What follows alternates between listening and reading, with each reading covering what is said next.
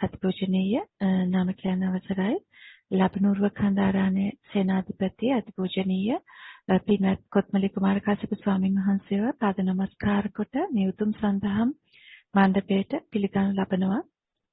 අවසරයි ස්වාමීන් වහන්සේ අප කෙරේ අනුකම්පාවෙන් මේ උතුම් ශ්‍රී සත්‍ය දේශනා කරන සේක්වා සාදු සාදු සාදු.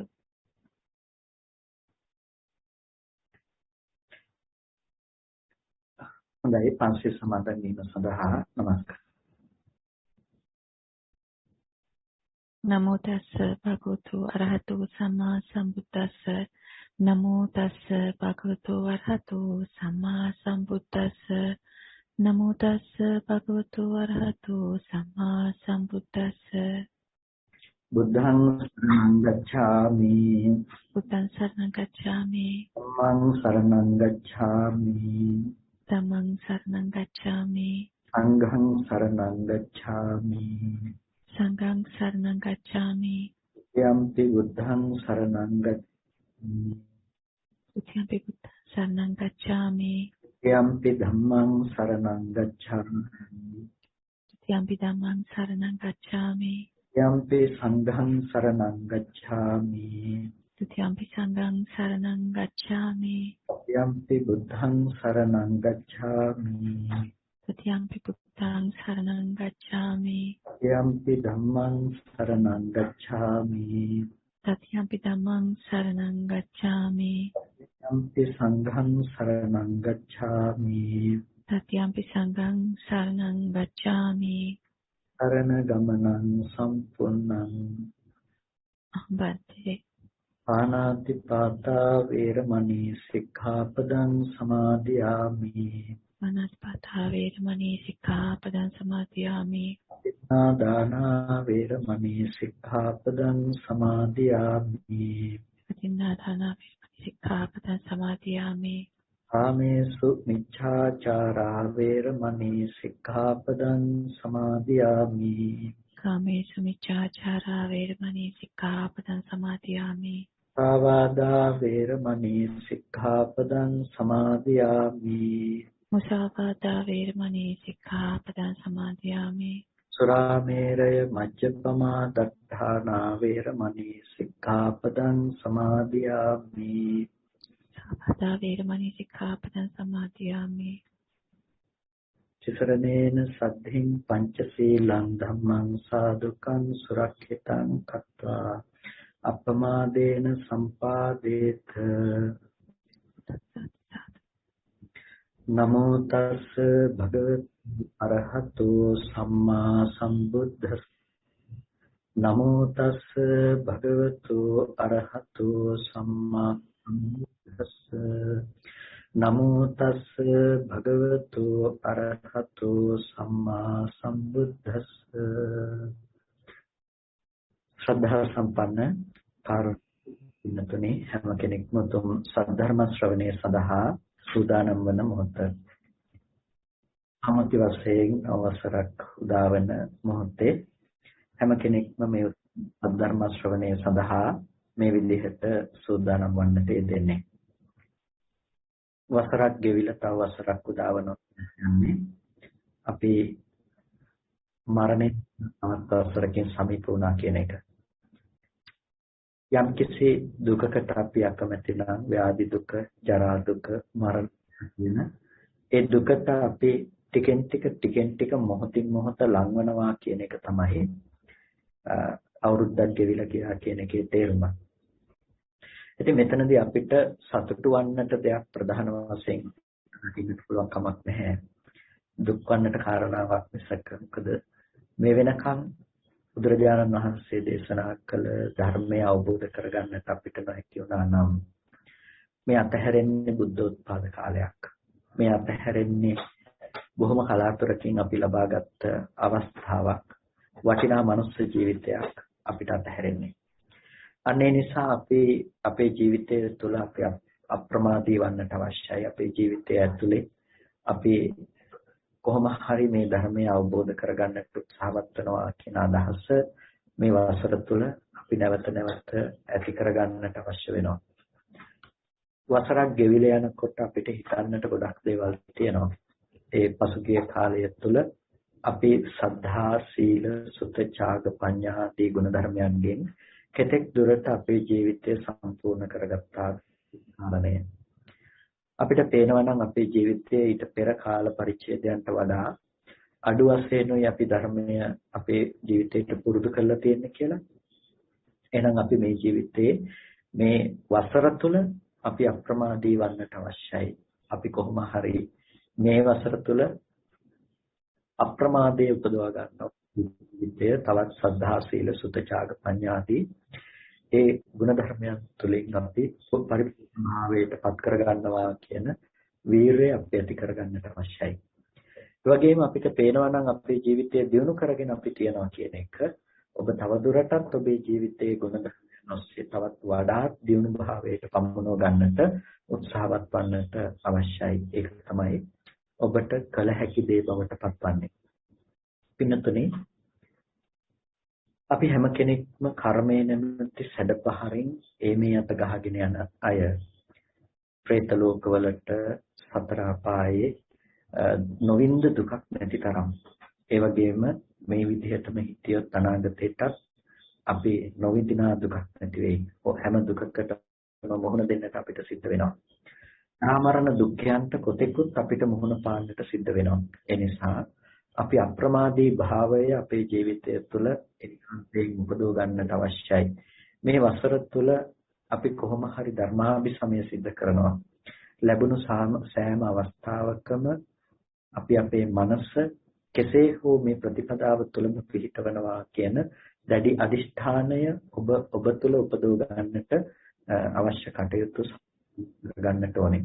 පින්නතුනි අපිට භාග්‍යවතුන් වහන්සේ දේශනා කරනවා අච්චෙන්ති කාලා තරයන්ති රත්තියෝ වයෝ ගුණානුපුබ්බං ජහන්ති ඒතම් භයං මරණේ පෙක්ඛමානෝ ලෝකාමිසං පජහේ සම්තිපෙක්ඛෝ කියලා. කියන්නේ එක දෙවියෙක් ඇවිල්ලා බුදුරජාණන් වහන්සේ ළඟට මේ ගාථාවම කියනවා. හැබැයි අන්තිම පදේ පොඩ්ඩක් වෙනස්. අච්චෙන්ති කාලා තරයන්ති රත්තියෝ වයෝ ගුණානුපුබ්බං ජහන්ති ඒතම් භයම් මරණේ පෙක්ඛමානෝ පුඤ්ඤානි කෛරාර්ථ සුඛවහානී කියලා දෙවියා බුදුරජාණන් වහන්සේට කියන්නේ. ඒ කියන්නේ දෙවියා කියනවා අච්චෙන්ති කාලා මේ කාලේ ඉක්මලා යනවා. තරයන්ති රත්තියෝ රාත්‍රීන් ගෙවෙනවා. රාත්‍රීන් ගෙවෙනවා කියලා කියන්නේ දැන් ප්‍රයක් උදා වෙනවා කියලා කියන්නේ දවස ගෙවිලා දවසේ අවසානයේ සනිටුහන් වෙනවා කියන එක. එතකොට තවත් දවසක් ඊළඟට උදා වෙනවා. මේ විදිහට රාත්‍රීන් ක්‍රමයෙන් ගෙවිලා යනවා. රාත්‍රීන් ගෙවෙනවා කියලා කියන්නේ වයෝ ගුණානුපුබ්බං.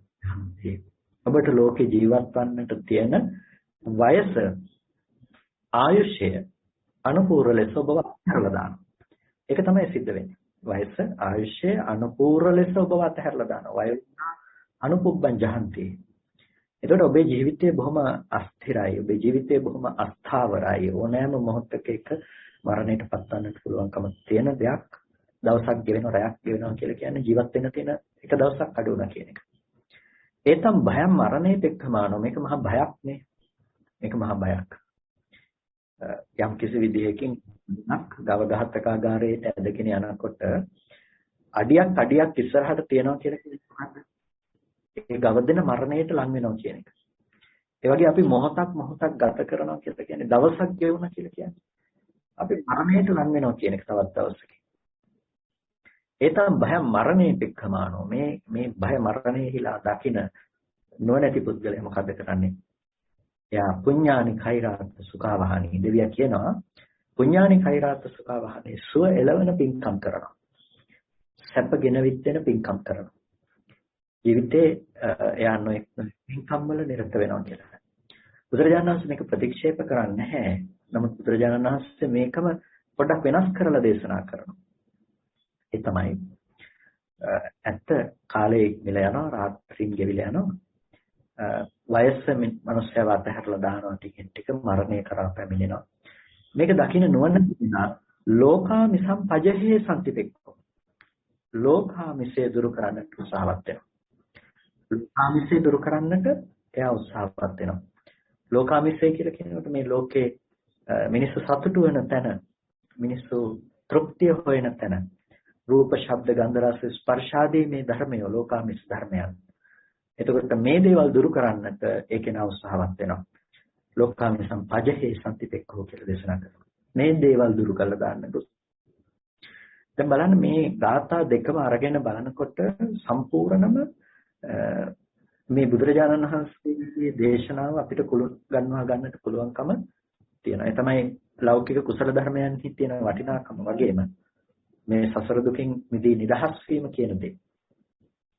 වෙනතුනේ අධධාන කාන්තාරයක් පිළිබඳව දකිනකොට දැන් මෙතර බය සහිතයි. අපි ඉන්න තැන බය සහිතයි. ඒකට අපි මොහොතින් මොහොත අර ඉක්මානෝ කියලා කියවනේ මරණය හිලා මේ බය උපත් දකින්නවා කියලා.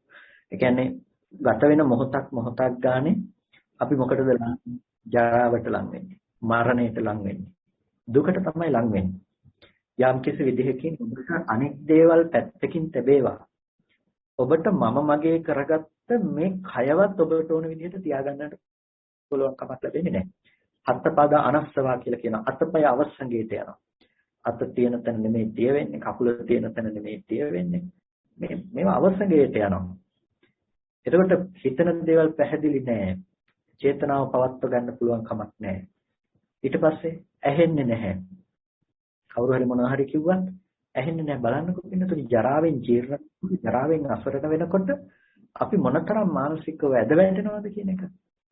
එතකොට මේ බය මේ අපි ඉදිරියට තියෙන බය හෙට වෙනකොට අපිට ඒ தത്വයට අපිට මුහුණ දෙන්නට සිද්ධ වෙන්න පුළුවන්කම තියෙනවා. ව්‍යාධි දුකක් ආවොත් හිතන්නකෝ මොකක්ද හෙට දවසේදී අපිට වෙන්නේ කියලා.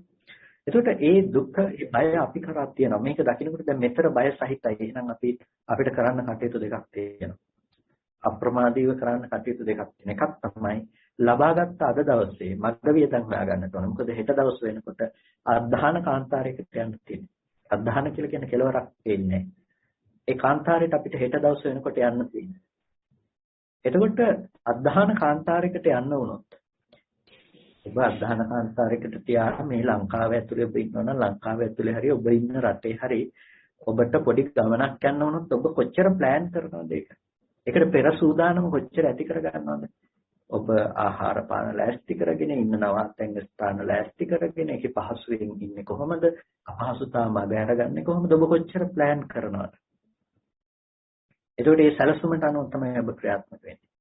අන්න ඒ වගේ හෙට දවසේ අධධාන කාන්තාරයකට යනවා කියලා දන්න ඔබට හෙට දවසේ මේ ගමන අද දවසේ සැලසුම් කරගන්නට සිද්ධ වෙනවා. ඒ තමයි ඔබට පුළුවන්කම තියනවා හෙට දවසේ අධධාන කාන්තාරය යනකොට ඔබට ආහාර ලැබෙන්නේ ආහාර සපේ ගන්නට ඕන අරගෙන යන්න. ජලය ලැබෙන්නේ ජලය සපේ ගන්නට ඕන. ප්‍රමාණවත් පරිදි ජලය සපේ ගන්නට ඕන.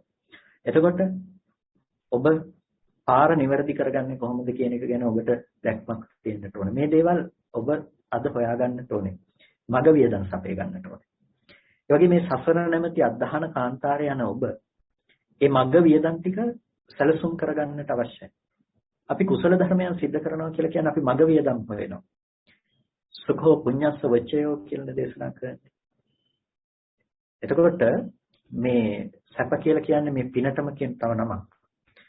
එතකොට දැන් අපි මේ ගමන පහසුවෙන් යන්න අවශ්‍ය විදිහට අපි මග වියදම් සපයා ගන්නවා. ඒක එක පැත්තකින් අපි කළ යුතු දෙයක්. මොකද හෙට වෙනකොට යන්න ඕන. ඒකට අපි ළඟ සූදානමක් තියෙන්නට ඕන. පෙර සූදානම. ඒ සඳහා මේ ගමන පහසුවෙන් යන්න ඕන විදිහට අපි මේ දේවල් ලෑස්ති කරගන්නට අවශ්‍යයි. ඒ තමයි පින් කිරීම කියන දේ. අපේ ජීවිතේ කුසල පූර්ණ ජීවිතයක් අපි දන් දෙනවා, සිල් රකින්නවා, ඊට පස්සේ ජීවිතේට විවිධාකාරයේ පින්කම් සිදු කරනවා. මේ සෑම දෙයක්ම අපි මග වියදම් වෙනවා. අධධාන කාන්තාරයට යන්න සිද්ධ වෙන නිසා ඒ බව දන්න නිසා. හැබැයි මෙතන පොඩි ප්‍රශ්නයක් තියෙනවානේ. මොකද්ද ප්‍රශ්නය? ප්‍රශ්නය තමයි අධධාන කාන්තාරය යනකොට කොච්චර දේවල් අපිට වෙන්න පුළුවන්ද? ආහාර පාන ටික මගින් ඉවර වෙන්න පුළුවන්. පාර වරදින්න පුළුවන්. සතුන්ගෙන් සොරුන්ගෙන් පීඩාවටපත් වෙන්න පුළුවන්කම තියෙනවා. වැලි කුණාටු ආදියටපත් වෙන්න පුළුවන්. ඒ වගේ ඔබ කොච්චර හොඳට මග වියදම් සූදානම් කරගෙන හිටියත් වැඩක් නැහැ. අර විදිහේ වෙනත් උපද්‍රවයන්ට ඔබට මුහුණ දෙන්නට සිද්ධ වුණොත් එහෙම. ඒ වගේ තමයි ඔබ කොච්චර දුරට මේ ජීවිතේ පින්කම් පුරෝගෙන හිටියත් මරණාසන්න මොහොතේ අන්තිම අවස්ථාවේ ඔබේ හිතට චුති චිත්තයට අකුසල විතරකයක් ආවොත් කාටද වගකීම් සහතිකයක් දෙන්න පුළුවන්කම තියෙන්නේ? ඔබේ චුතිසිතට අකුසල අරමුණක් ඉදිරිපත් වෙන්නේ නැහැ කියලා. සමහර වෙලාවට පෙර ජීවිතේ කරපු එකක් හරියෙන්න පුළුවන්. කොහොමද කියන්න පුළුවන් අපිට එන්නේ නැහැ කියලා. කාටවත් වගකීම් සහතිකයක් දෙන්න පුළුවන් කමක් නැහැ.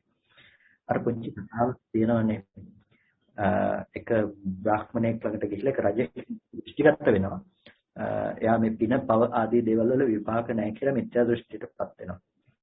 ඒකට මේ මිත්‍යා දෘෂ්ටිය සාධාරණීකරණය කරමින් රජුරෝ ළඟ ඒ ඉන්න පහළම මට්ටමේ සේවකයෙක් එයාගේ පූර්ව ජීවිතය ගැන කියනවා. එයා කියනවා ස්වාමීනි මම මේ ජීවිතේ ගෙවන්නේ බොහොම දුක්ඛිතව. මම මේ ජීවිතේ ගෙවන්නේ හරිම අසීරුයි. මම මේ ජීවිතේ ගෙවන්නේ එදිනෙදා වේල හොයාගෙන ගැට ගහගන්නේ බොහොම අමාරුයි. ස්වාමීනි මට පෙර ජීවිතේ දකින්න පුළුවන්. මම දකිනවා පෙර ජීවිතේ මම මහා දම්පින්කම් කරපු කෙනෙක්. මම පෙර ජීවිතේ මහා කුසල කර්ම සිද්ධ කළා. ස්වාමීනි පිනේ විපාකයක් නැහැ. පිනේ විපාකයක් තියෙනවා නම් අද මට මෙහෙම වෙන්න පුළුවන් කමක් නැහැ කියලා. රජුරෝන්ගේ මහා ඒ සම්පත්තියෙන් විඳින අමාත්‍යවරයා කියනවා ස්වාමීනි මම පෙර ජීවිතේ මට සිහිපත් කරන්න පුළුවන්. මගේ පෙර ජීවිතයේ ස්වාමීනි මම අන්ත දුස්චරිතව ජීවිතයක් ගත කරපු කෙනෙක්. මම මෙච්චර අකුසල් කළා. හැබැයි ස්වාමීනි ඒකක්වත් නෙමෙයි මම අදත් මේ විදිහට සැපවත් ඉන්නවා. එහෙනම් අකුසලේ විපාක නැහැ කියලා. දැන් මේ කරුණු දෙකම පැහැදිලි කරන රජුරෝ හිතන ඇත්ත කියලා. දැන් මේ දෙන්නගේම ජීවිතවල ඊට පෙර මේ දෙන්නට මරණාසන්න මොහොතේ අරමුණු වෙන්නේ අර පින්කම් කරන කෙනාට අරමුණු වෙන්නේ ඊට පෙර ජීවිතයක කරපු දෙයක් තමයි යාට අරමුණු වෙන්නේ. එතකොට යා මිනිස්සෙක් හැටියට ඉපදුනා දුක්ඛිත තත්ත්වයන්ටපත් වෙන්න උපස්තම්භක වෙන්නේ අකුසල කර්ම වටපිටාවක් පෙර ජීවිතයක කරපු. අමාත්‍යවරයාට ඉදිරිපත් වෙන්නේ පෙර ජීවිතයක කරපු කුසලයක්. ඉතින් පින්නතුනේ අපි කොච්චර මග වියදම් හොයාගෙන හිටියත් වැඩක් දෙක වැලි කුණාටුවෙන් ඇහිලා යනවා. වැඩක් නැහැ. ඒ නිසා අපේ ජීවිතයේ අස්ථාවරයි. ඒකට කියනවා අනියතයි කියලා. අනියත සත්‍යය.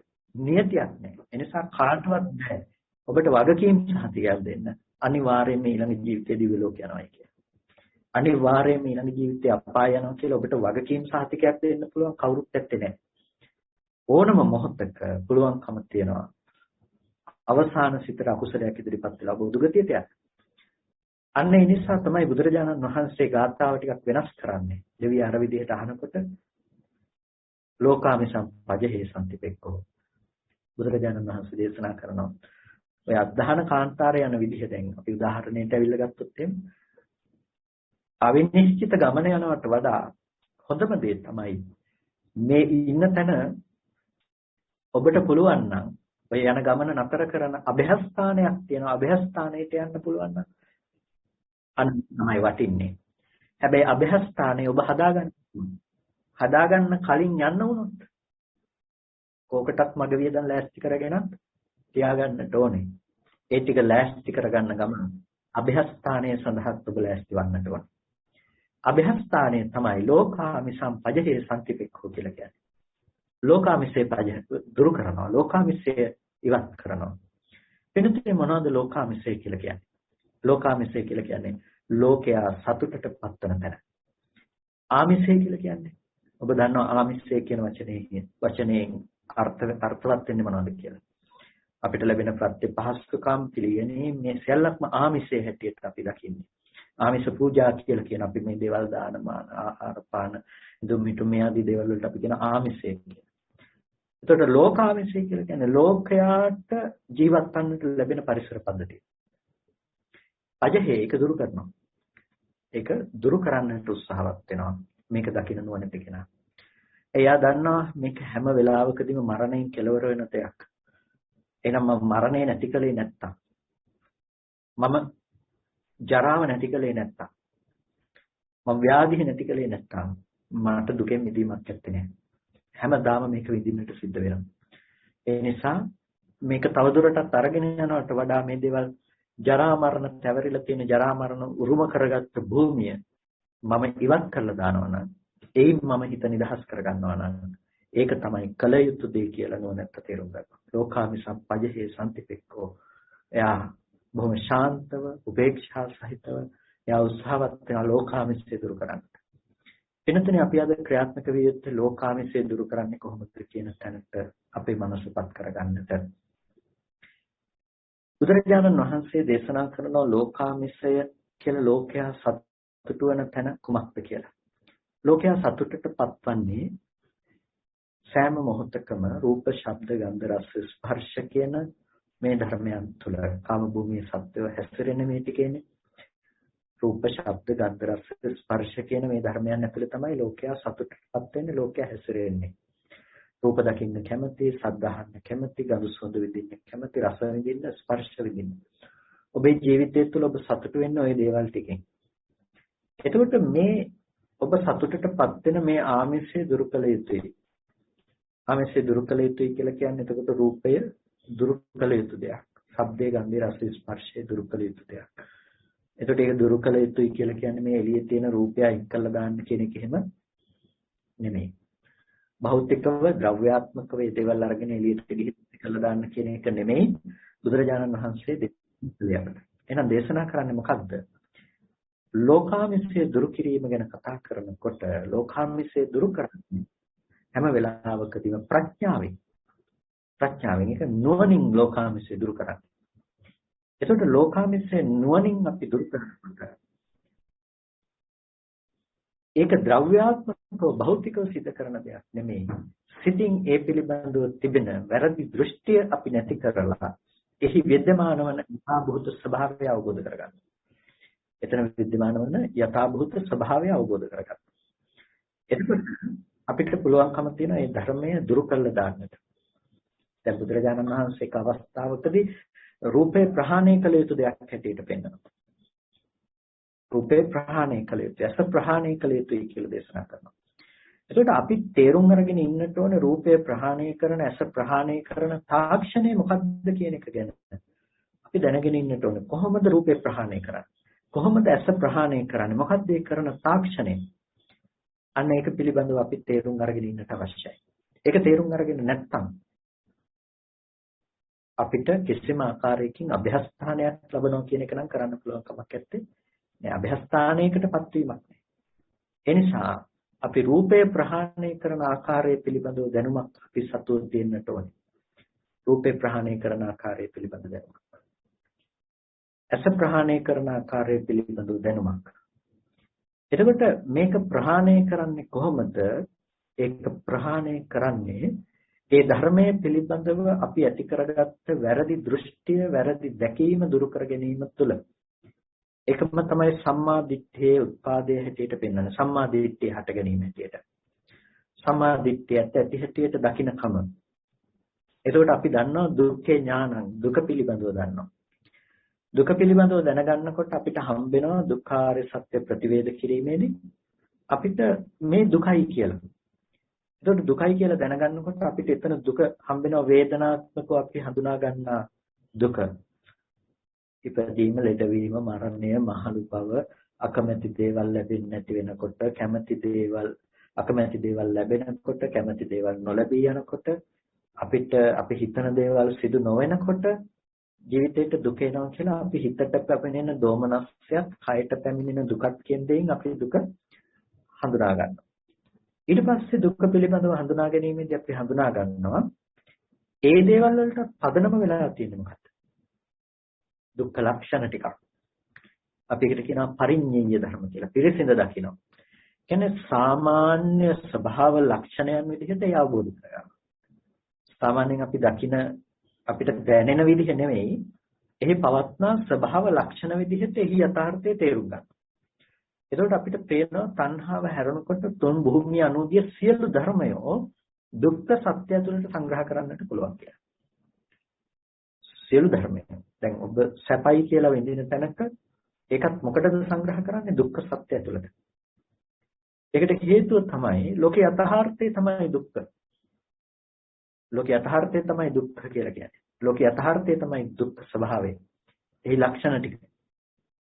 යම් කිසි ධර්මතා ටිකක් හේතු නිසා සකස් වෙලා හේතු නැති වෙනකොට නැති වෙන බව නම් ඒ ස්වභාවය. හේතු නිසා හටගෙන නැති වෙනකොට නැති වෙන ස්වභාවය නම් එහි ස්වභාවය. අන්න ඒ ස්වභාවයට කියනවා සංකත ධර්ම කියලා. සංකත ධර්ම. එතකොට මේ සංකත දුක්ඛ ලක්ෂණය යම් තැනක තියෙනවා නම් පින්නතුනි ඒක දුකෙහි තියෙන ස්වභාවය හැටියට අපි අවබෝධ කරගත යුතුයි. ඒකට ලෝකාමිසය කියලා කියන්නේ දුකට අයිති දෙයක්. ලෝකයා සතුටු වෙන ලෝකාමිසය කියලා කියන්නේ දුකට හිමි තැනක්.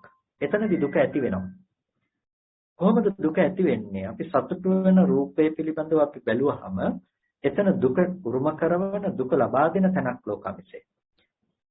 ඇයි? ඒක සංකත ධර්මයක්. සංකත ධර්මයේහි සංකත ලක්ෂණය නොදන්නාකම නිසා තමයි අපිට ඒ දේ හම්බ වෙන්නේ.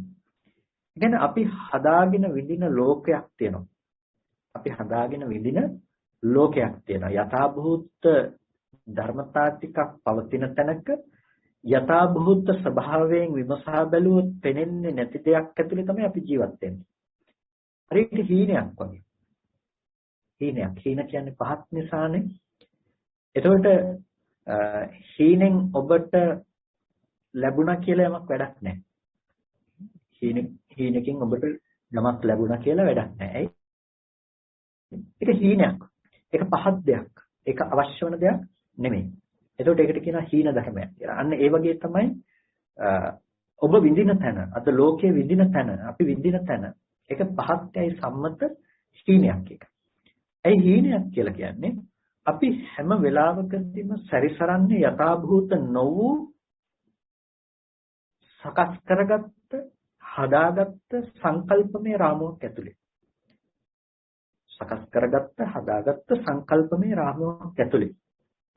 ඒ රාමුව තමයි මේ වටිනකම් සහිත නොවටිනකම් සහිත දේවල් කියලා කියන්නේ. හැබැයි ලෝකේ යථාභූත භාවයට මේක ඇත්තේ නැහැ. පඨවි ධාතු, ආපෝ ධාතු, තේජෝ ධාතු, වායෝ ධාතු මේ ආදී දේවල් වලට වටිනකම් තියනවාද? වටින පඨවි කොටස් ටිකක් තියෙනවා, වටින් නැති පඨවි කොටස් ටිකක් තියෙනවා. වටින ආපෝ කොටස් ටිකක් තියෙනවා, වටින් නැති ආපෝ කොටස් ටිකක් තියෙනවා. සතර මහා ධාතුවේ තියෙනවද? නැහැ. එහෙම දේවල් සතර මහා ධාතුවේ ඇතුලේ නැහැ. එතකොට උපාදාය රූපයන් ඇතුලේ ආවම බාහිර වස්තුවකට පතිත වෙලා එන පරාවර්තිත ආලෝකයක් තමයි අපිට වර්ණ රූපයක් විදිහට පේන්නේ. එතකොට වර්ණ රූපයෙන් එනවාද මේ පාට ටිකේ තියෙනවද මේ වටිනා පාට සහ නොවටිනා පාට කියලා? එහෙනම් ලෝකේ තියෙන භූත වූ ස්වභාවය, භූත කියන්නේ ඌ පරිදි ස්වභාවය. ඒ කියන්නේ ලෝකයේ යම් දෙයක් පවතිනවා නම් ඒ පවතින ස්වභාවය කොයිම වෙලාවකවත් වටිනාකමක් නැති, නොවටිනකමකුත් නැති හුදු හටගත්ත ධර්මතා රාශියක් පමණයි. වටිනකමක් හෝ නොවටිනකමක් නැති හුදු හටගත්ත ධර්මතා රාශියක් පමණයි. එහෙනම් ඒ හටගත්ත ධර්මතා රාශිය ඉතුරු නැතුව නැති වෙලා යන ස්වභාවයෙන් යුක්ත වෙනකොට, ඒ ධර්මතා ටික ඉතුරු නැතුව නැතිව යන ස්වභාවයෙන් යුක්ත වෙනකොට අපි විඳින ලෝකේ අපිට නැති වෙනවද?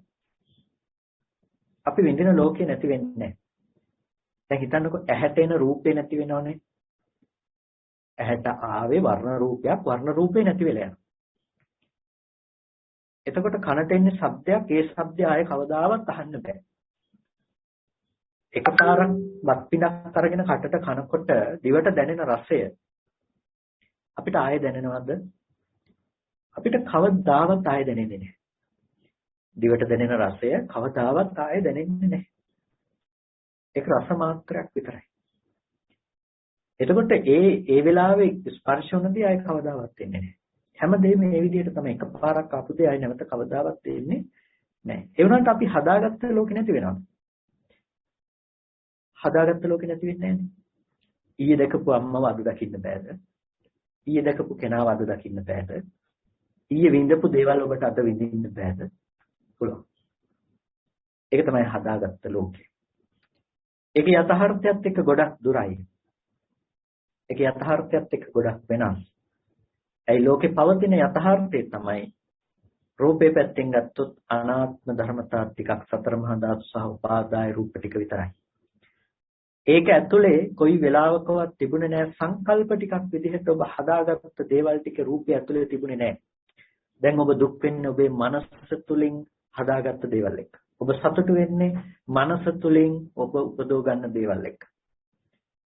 එතකොට ඒකත් එතන පවතින හිත නැමැති ධර්මය ඇතුලේ එක නැහැ. හිත නැමැති ධර්මයේ ඇතුලේ ඒක නෑ බොහෝම සියුම් කාරණාවක් මේක. ඒකත් සිතක් පමණයි හටගෙන නැති වෙන. හැබැයි ඒකත් එක්ක අපි නිර්මාණය කරගන්න ලෝකය පිළිබඳව අපි හැමදාම තියෙන දෙයක් හැටියට කල්පනා කරගෙන ඉන්නවා. ඒක තමයි ඉතුරු කරලා තියෙන දේ අපිට. ඒක තමයි අපිට පවතින සංඥාවක් විදිහට අපිට හැම වෙලාවකදීම දේවල් පෙන්නලා තියෙන්නේ. බුදුරජාණන් වහන්සේ දේශනා කළ එකයි නෙත්තේ කාමායානි චිත්‍රානි ලෝකේ සංකප්පරාගෝ පුරිසස්ස කාමෝ කියලා. මේ ලෝකෙ තියෙන චිත්‍ර මාත්‍රය නෙමෙයි කාමයේ කියලා කියන්නේ සංකල්පමය වශයෙන් හදාගත්ත දේ කියලා. හීනය තමයි කාමයේ. හීනය ඇතුලේ තමයි ඒවල ඔක්කොම තියෙන්නේ. ඒක යථාර්ථයේ තුල ඒ දේ නැහැ. යථාර්ථය අවබෝධ කළොත් ඒ දේ පැවැත්ම නැහැ. දුක තියෙන හීනය ඇතුලේ. හීනෙන් නැගිට්ටට පස්සේ දුක නැහැ. හැබැයි ලෝකයා හීනෙම ඉපදිලා හීනෙම මැරෙලා යනවා. ඒ නිසා දුකෙන් මිදීමක් නැහැ. මුළු හීනෙම දුක. ලෝකේ ස්වභාවයේ හීනෙ ඇතුළෙම ඉපදිලා හීනෙ ඇතුළෙම මැරෙලා යන එක. ඒකෙන් ගැලවෙන්න පුළුවන්කම තියෙන බොහොම සල්ප මාත්‍ර වූ නුවණක් තියෙන, කියන්නේ මහා ප්‍රඥාවක් තියෙන සල්ප මාත්‍ර පිරිසකට පමණයි. මේ හීනෙ නැගිටින්න ලේසියෙන් කෙනෙකුට පුළුවන්කමක් නැත්තේ. ඇයි? එයා දකින්නේ නැහැ තමන් විසින්ම හදාගන්න තමන්ම දකින හීනේ. ඔබට හිතෙන්නේ නැහැනේ හීනයක් දකිනකොට මේක හීනයක් කියලා ලේසියෙන්. හීනේ පේනකොට ඔබට හිතෙන්නේ නැහැ මම දකින්නේ හීනයක් කියලා. හීනේ ඇතුළේදී හීනේ ඇත්තම වෙලා ඔබට. ඒක ඔබේ ජීවිතේ වෙලා. නිසා හීනෙන් බය වෙනකොට කවුරු හරි ගහන්න පැනනොත් ඔබ දුවනවා මිසක හීනේ ඇතුලේ ඔබ හීනේ ඇතුලේ ජීවත් වෙන ඇත්ත ජීවිතේ බවට පත් වෙලා මිසක ඒක හීනයක් කියලා පේන්නේ නැහැ. හැබැයි ඔබ හැරුණොත් ඔබ නැගිට්ටට පස්සෙත් ඇඳෙන් බැහැලා දුවනවද? දුවන්නේ නැහැ. ඇයි? ඔබ දකින්න එක හීනයක් කියලා. ඒ වගේ මේ අද විදින සංකල්පමේ ලෝකේ සංකල්පනාව නැමැති හිතින් ගෙනල්ලා දෙන හිතින් ගොඩනගපු හීනයක් කියන එක ඔබ යම් වෙලාවක දැක්කොත් ඔබ හිතනවාද නැගිටලා ඒ පස්සේ ආපහු දුවයි කියලා? නෑ, පස්සේ දුවන්නේ නැහැ. ඇයි දුවන්නේ නැත්තේ? දුවන්න තියෙන හේතු ඔබ ළඟ නැති නිසා. ඒ විදිහට දුවන්න තියෙන හේතු ඔබ ළඟ නැහැ. දුවන්නේ ඒක ඇතුලේ ජීවත් වුණොත් ඔබ දැන් අවදි වෙච්ච කෙනෙක්. එහෙනම් මේ උත්සාහය ගන්න මොකටද අවදි වෙන්න? නිින්දෙන් නැගිටගන්නේ කොහොමද කියලා බලන්න. ඒකට අපිට පේනවා අපි කොහොමද අවදිමත් භාවයක් ඇති කරගන්නේ? අපි කොහොමද නැගිටින්නේ? පින්තුනේ බුදුරජාණන් වහන්සේ වෙන මොනවත් පෙන්වන්නේ අපිට පෙන්වන්නේ ద్వාර තුනයි. දොරට තුනක් පෙන්වනවා මේ තැන් තුනෙන් ඔකෙන් එළියට යන්න. ඔය වැස්මෙන් ඔය හීනෙන් නැගිටින්න ක්‍රම තුනක් තියෙනවා. ඒ තමයි අනිත්‍යානුදර්ශනය, දුක්ඛානුදර්ශනය, අනාත්මානුදර්ශනය. අනිත්‍යානුදර්ශනය අනිත්‍යano දකින්න, දුක්ඛානුදර්ශනය දුක්ඛානුව දකින්න, අනාත්මානුදර්ශනය අනාත්මයන්ව දකින්න. මේ තමයි ద్వාර තුන. හැබැයි ඔබට වෑයමක් නැතුව ඔතෙන්ට පෙළඹෙන්න බෑ. වෑයමක් නැතුව උත්සාහයක් නැතුව එන්න බෑ. ඒ නිසා ඔබට භාවනා විදියට සමතය අවශ්‍යයි. ඒකාග්‍රතාවය අවශ්‍යයි. සිත එකඟ කරගන්න බෑ අරමුණු වල විසිරීලා තියෙනකොට. ඒ නිසා ඔබ සිත එකඟ කරගන්න වෑයම් කරන්න උත්සාහවත් වෙන්නට ඕන. ඔබ භාවනාවක් තෝරාගෙන භාවනා කරන්නට ඕන. භාවනාව නිවැරදිව පුරා ගන්නට පුළුවන් කමක් නැත්තේ නෑ. සිත සහ කයෙහි සැහැල්ලුව නැත්තම්. ඒ සැහැල්ලු බව උපදව ගන්නට නම් ඔබට සිද්ධ වෙනවා ඔබේ ජීවිතය තුළ ඔබේ නිර්වද්‍ය පැවැත්ම තුළ සතුට උපදව ගන්න. එහෙනම් ඔබට සිද්ධ වෙනවා සීලය රකින්න. සිල්වත් වෙනකොට ඔබට තමා තුළ ප්‍රමුදිත බවක් ඇති වෙනවා. තමන්ගේ ජීවිතය ගැන හිතුවත් තමන්ට සතුට වෙන්න පුළුවන්කම තියෙනවා. ප්‍රමුදිත භාවයක් තියෙනවා. ප්‍රමුදිතස් පීති ජායති. ප්‍රමුදිත භාවය ඇති කරගත්ත කෙනාට ප්‍රීතිය උපදිනවා. ප්‍රීති මනස කායෝ පස්සම්භති. ප්‍රීතිය උපදවගත්ත කෙනාට කය සංසිඳෙනවා. පස්සද්ද කායෝ සුඛං වේදියති. කය සිත සංසිඳනකොට එයා සැපය විඳිනවා. සුඛිනෝ චිත්තං සමාධියති. හිත සමාධිමත් වෙනකොට ඒ කියන්නේ සැපවත් වෙනකොට සිත කය එයාගේ හිත සමාධිමත් වෙනවා. සමාහිතෝ වික්ඛවේ යථා භූතං පජානාති. සමාහිත කෙනා තමයි ඇත්ත ඇති හැටියට දකින්නේ. එහෙනම් දැන් ඔබේ මුළු සමස්ත ජීවිත පැවැත්ම වෙනස් කළා. සමස්ත ජීවිත පැවැත්ම වෙනස් කළා. සීලයේ ඉඳලා. සීලය කියලා කියන්නේ ඔබේ පැවැත්ම යම් සමාදානං තං වතක් කියලා. ඔබේ සමාදන්ව ගන්නා සීලේ වත ඒක වෘත්ත කියලා වචනෙන් හැදෙන්නේ. එතකොට වත්තති කියලා කියනවා අපි. එතකොට මේ වත්තති වෘත්ත වත ඒ කියන්නේ වෘත්ත කියන මේ පදයේ වෘත්ත වත්ත වත සිංහලයට එන්නේ විදිහට වත්ත කියන්නේ. එතකොට පාලියේදී කියන වත කියන වචනේ පාවිච්චි කරනවා. එතකොට අපි ඒ වත කියලා ගත්තට පස්සේ අපේ පැවැත්ම එතකොට අපේ පැවැත්ම සීලය පැත්තෙන් තමයි සකස් වෙලා තියෙන්නේ. සීලය කියනකොට අපිට කොටස් හතරක් තියෙනවා. සතර සංවර සීලයක්. ඔබ රකින්න උත්සාහවත් වෙන්නේ ගොඩක් වෙලාවට ප්‍රාතිමෝක්ෂ සංවර සීලය විතරයි. පන්සිල් පද පහ රකින්න බලයි, පොය දවසට අටසිල් ටික රකින්න බලයි, සිල් පද පහ කැඩෙන්නේ නැති වෙන බොහොම අමාරුවෙන් ආරක්ෂා කරලා තියාගෙන ඉන්න බලනවා. හැබැයි ඔබට ආජීව පරිශුද්ධ සීලයක් නැහැ. ඒ ගැන කල්පනා කරන්නේ නැහැ ගොඩක් දෙනෙක්. බොහොම ස්වල්පයයි කල්පනා කරන්නේ. ඒ වගේම ආජීව පාරිශුද්ධ සීලය නැහැ වගේම ප්‍රත්‍යසන්නිධිත සීලේ ජීවත් වෙන්න අවශ්‍ය ප්‍රත්‍ය පිළිබඳව ඔබේ කලමනාකරණය අඩු වුණොත් ඒකත් සීලේ අඩුවක්. ආජීවයේ වගේම ප්‍රත්‍ය කලමනාකරණයත් ඔබේ ජීවිතයේ තියෙන්නට අවශ්‍යයි ධාර්මිකව කලමනාකරණය කර ගැනීම. ඊට පස්සේ ඉන්ද්‍රිය සංවර සීලය ගොඩක් දෙනෙකුටම අඩු දෙයක්. ඉන්ද්‍රිය සංවර සීලය. ඔබේ මනස අරමුණු වල සැරිසරමින් නොඑක් විතර්කයන් තුළ අකුසල විතර්ක නැවත නැවත උපදවනවා නම් ඒ අකුසල විතර්කයන්ගෙන් ඔබේ මනස ගලවගන්නේ කොහොමද? නිමිති අනුනිමිති වශයෙන් මේ දේවල් වල නොහැසිරෙන්නේ කොහොමද කියන එක ගැන ඔබට වටිනා අදහසක් තියෙන්න ඕනේ. ඉන්ද්‍රිය සංවර සීලය. මෙන්න මේ දේවල් ටිකෙන් ඔබේ ජීවිතය පරිපූර්ණ කරගන්නකොට ඔබේ පැවැත්ම හැදෙනවා. දැන් ඔබේ ජීවිතය ගැන හිතනකොට ඔබට ඔබ පිළිබඳවම ප්‍රමුදිත භාවයක් තිබෙනවා. ඔබ පිළිබඳවම ප්‍රීතිමත් භාවයක් ඇති කරගන්න යොස්වි පුළුවන්කම තියෙනවා. ඒක තමයි පදනම බවට පත් වෙන්නේ සමාධිය උපදව ගන්න. ඒ සමාධිය තමයි පදනම වෙන්නේ. ප්‍රඥාව අවබෝධ කරලා දෙන්නේ. මුල නැතුව අගින් පටන් ගත්තා කියලා මේක සාක්ෂාත් කරන්න පුළුවන් කමක් නැත්තේ. දර්ශනයේ තිබුණට වැඩක් නෑ අර මුල් ටික හදාගන්න නැති කෙනෙකුට.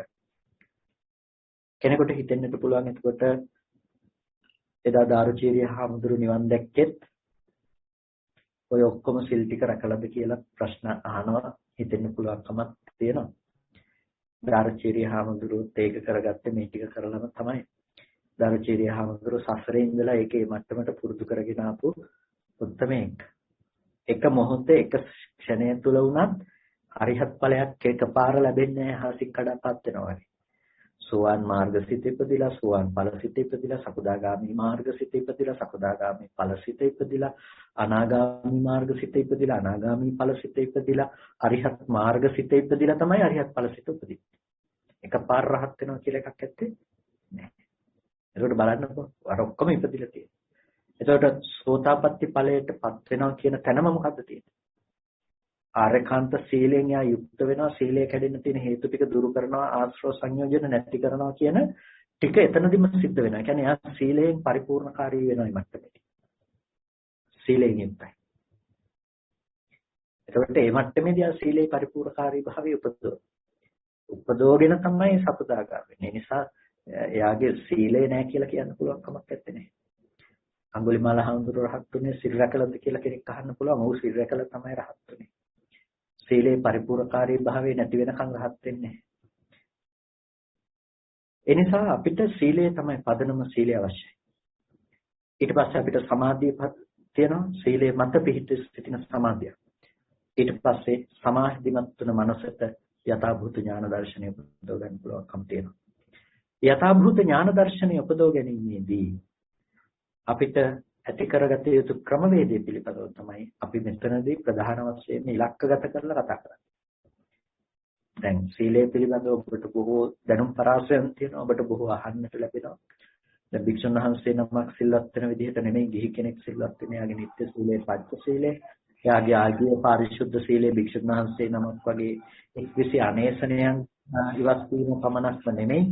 ඒ නිසා යාට සිද්ධ වෙනවා ඒ මට්ටමේ උපද්ද ගන්න මට්ටමකින් පිරිසුදු බවක් ලබන්නට එයාගේ ආජීව පිරිසුදු කරගන්නට එයාගේ ජීවත් වීම සඳහා කරන වෘත්තිය ජීවිතාවෘත්තිය එයාට යහපත් ආකාරයෙන් සිදු කරන්නට අවශ්‍ය වෙනවා.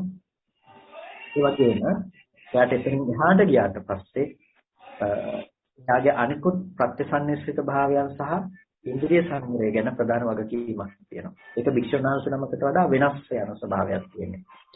භික්ෂුණාංශ නමක් රැඳෙන රැකෙන මට්ටමකින් නෙමෙයි වඩා ටිකක් වෙනස් වෙන විදිහකට තමයි ඒක සීල සීමාව දක්වන්නට පුළුවන්කම තියෙනවා. එහෙනම් ඔබ උත්සාහවත් වන්නට අවශ්‍යයි.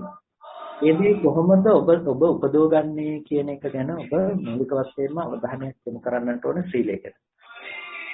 ඔබ අහන්න මේ දේවල් ලැබෙන නිසා මෙතනදී වෙනමම ඒ කරුණු පිළිබඳව දක්වන්නේ නැහැ. සමාධිය පිළිබඳවත් ඒ විදිහටම තමයි බොහෝ අවස්ථාවල කතා කරන නිසා තමයි මේ පිළිබඳව සාකච්ඡා වඩා නොකරන්නේ. හැබැයි ප්‍රඥාව පිළිබඳව මූලික දර්ශනය පිළිබඳව ගොඩක් වෙලාවට අඩුවෙන් ඇහෙන නිසා තමයි ඒ ගැන වඩාත් වැඩිපුර කතා බස් කරන්නේ. ඔබ සිත පැවැත්විය යුතු දර්ශන විෂය ඔබ සිත පැවැත්විය යුතු දර්ශන විෂය අවසරයි ස්වාමීන් වහන්සේ කවුද මයික් එක නේද? එහෙනම් ස්වාමීන් වහන්සේ. හරි. එතකොට මේ දර්ශන විෂය පිළිබඳව අපිට පුළුවන් ඒ දේ නතර කරගන්නට කොහොමද අපි මේ දර්ශන විෂය අපි ඇති කරගන්නේ කියන එක ගැන. මොකද ඒක ගැන ඇහෙන අඩු නිසා තමයි එය මූලික කරගෙන මේ ගොඩක් වෙලාවට අපි කතා බස් කරන්නේ. එතකොට දර්ශනයේ බවට අපි කතා කරන්නේ මේ ලෝකෙත් පවත්නා යථාභූත ස්වභාවය පිළිබඳව අවබෝධ කර ගැනීම ගැන. අර හීන ලෝකේ නූපදින බවට පත් කරගන්නට ඕනේ. ඒක පත් කරගන්න පුළුවන්කම තියෙන්නේ ඇත්ත ලෝකෙට පිවිසුනාට පස්සේ. දැන් හීන ලෝකේ බොරුවක් වෙන්නේ ඔබ නිින්දෙන් නැගිට්ටාමනේ.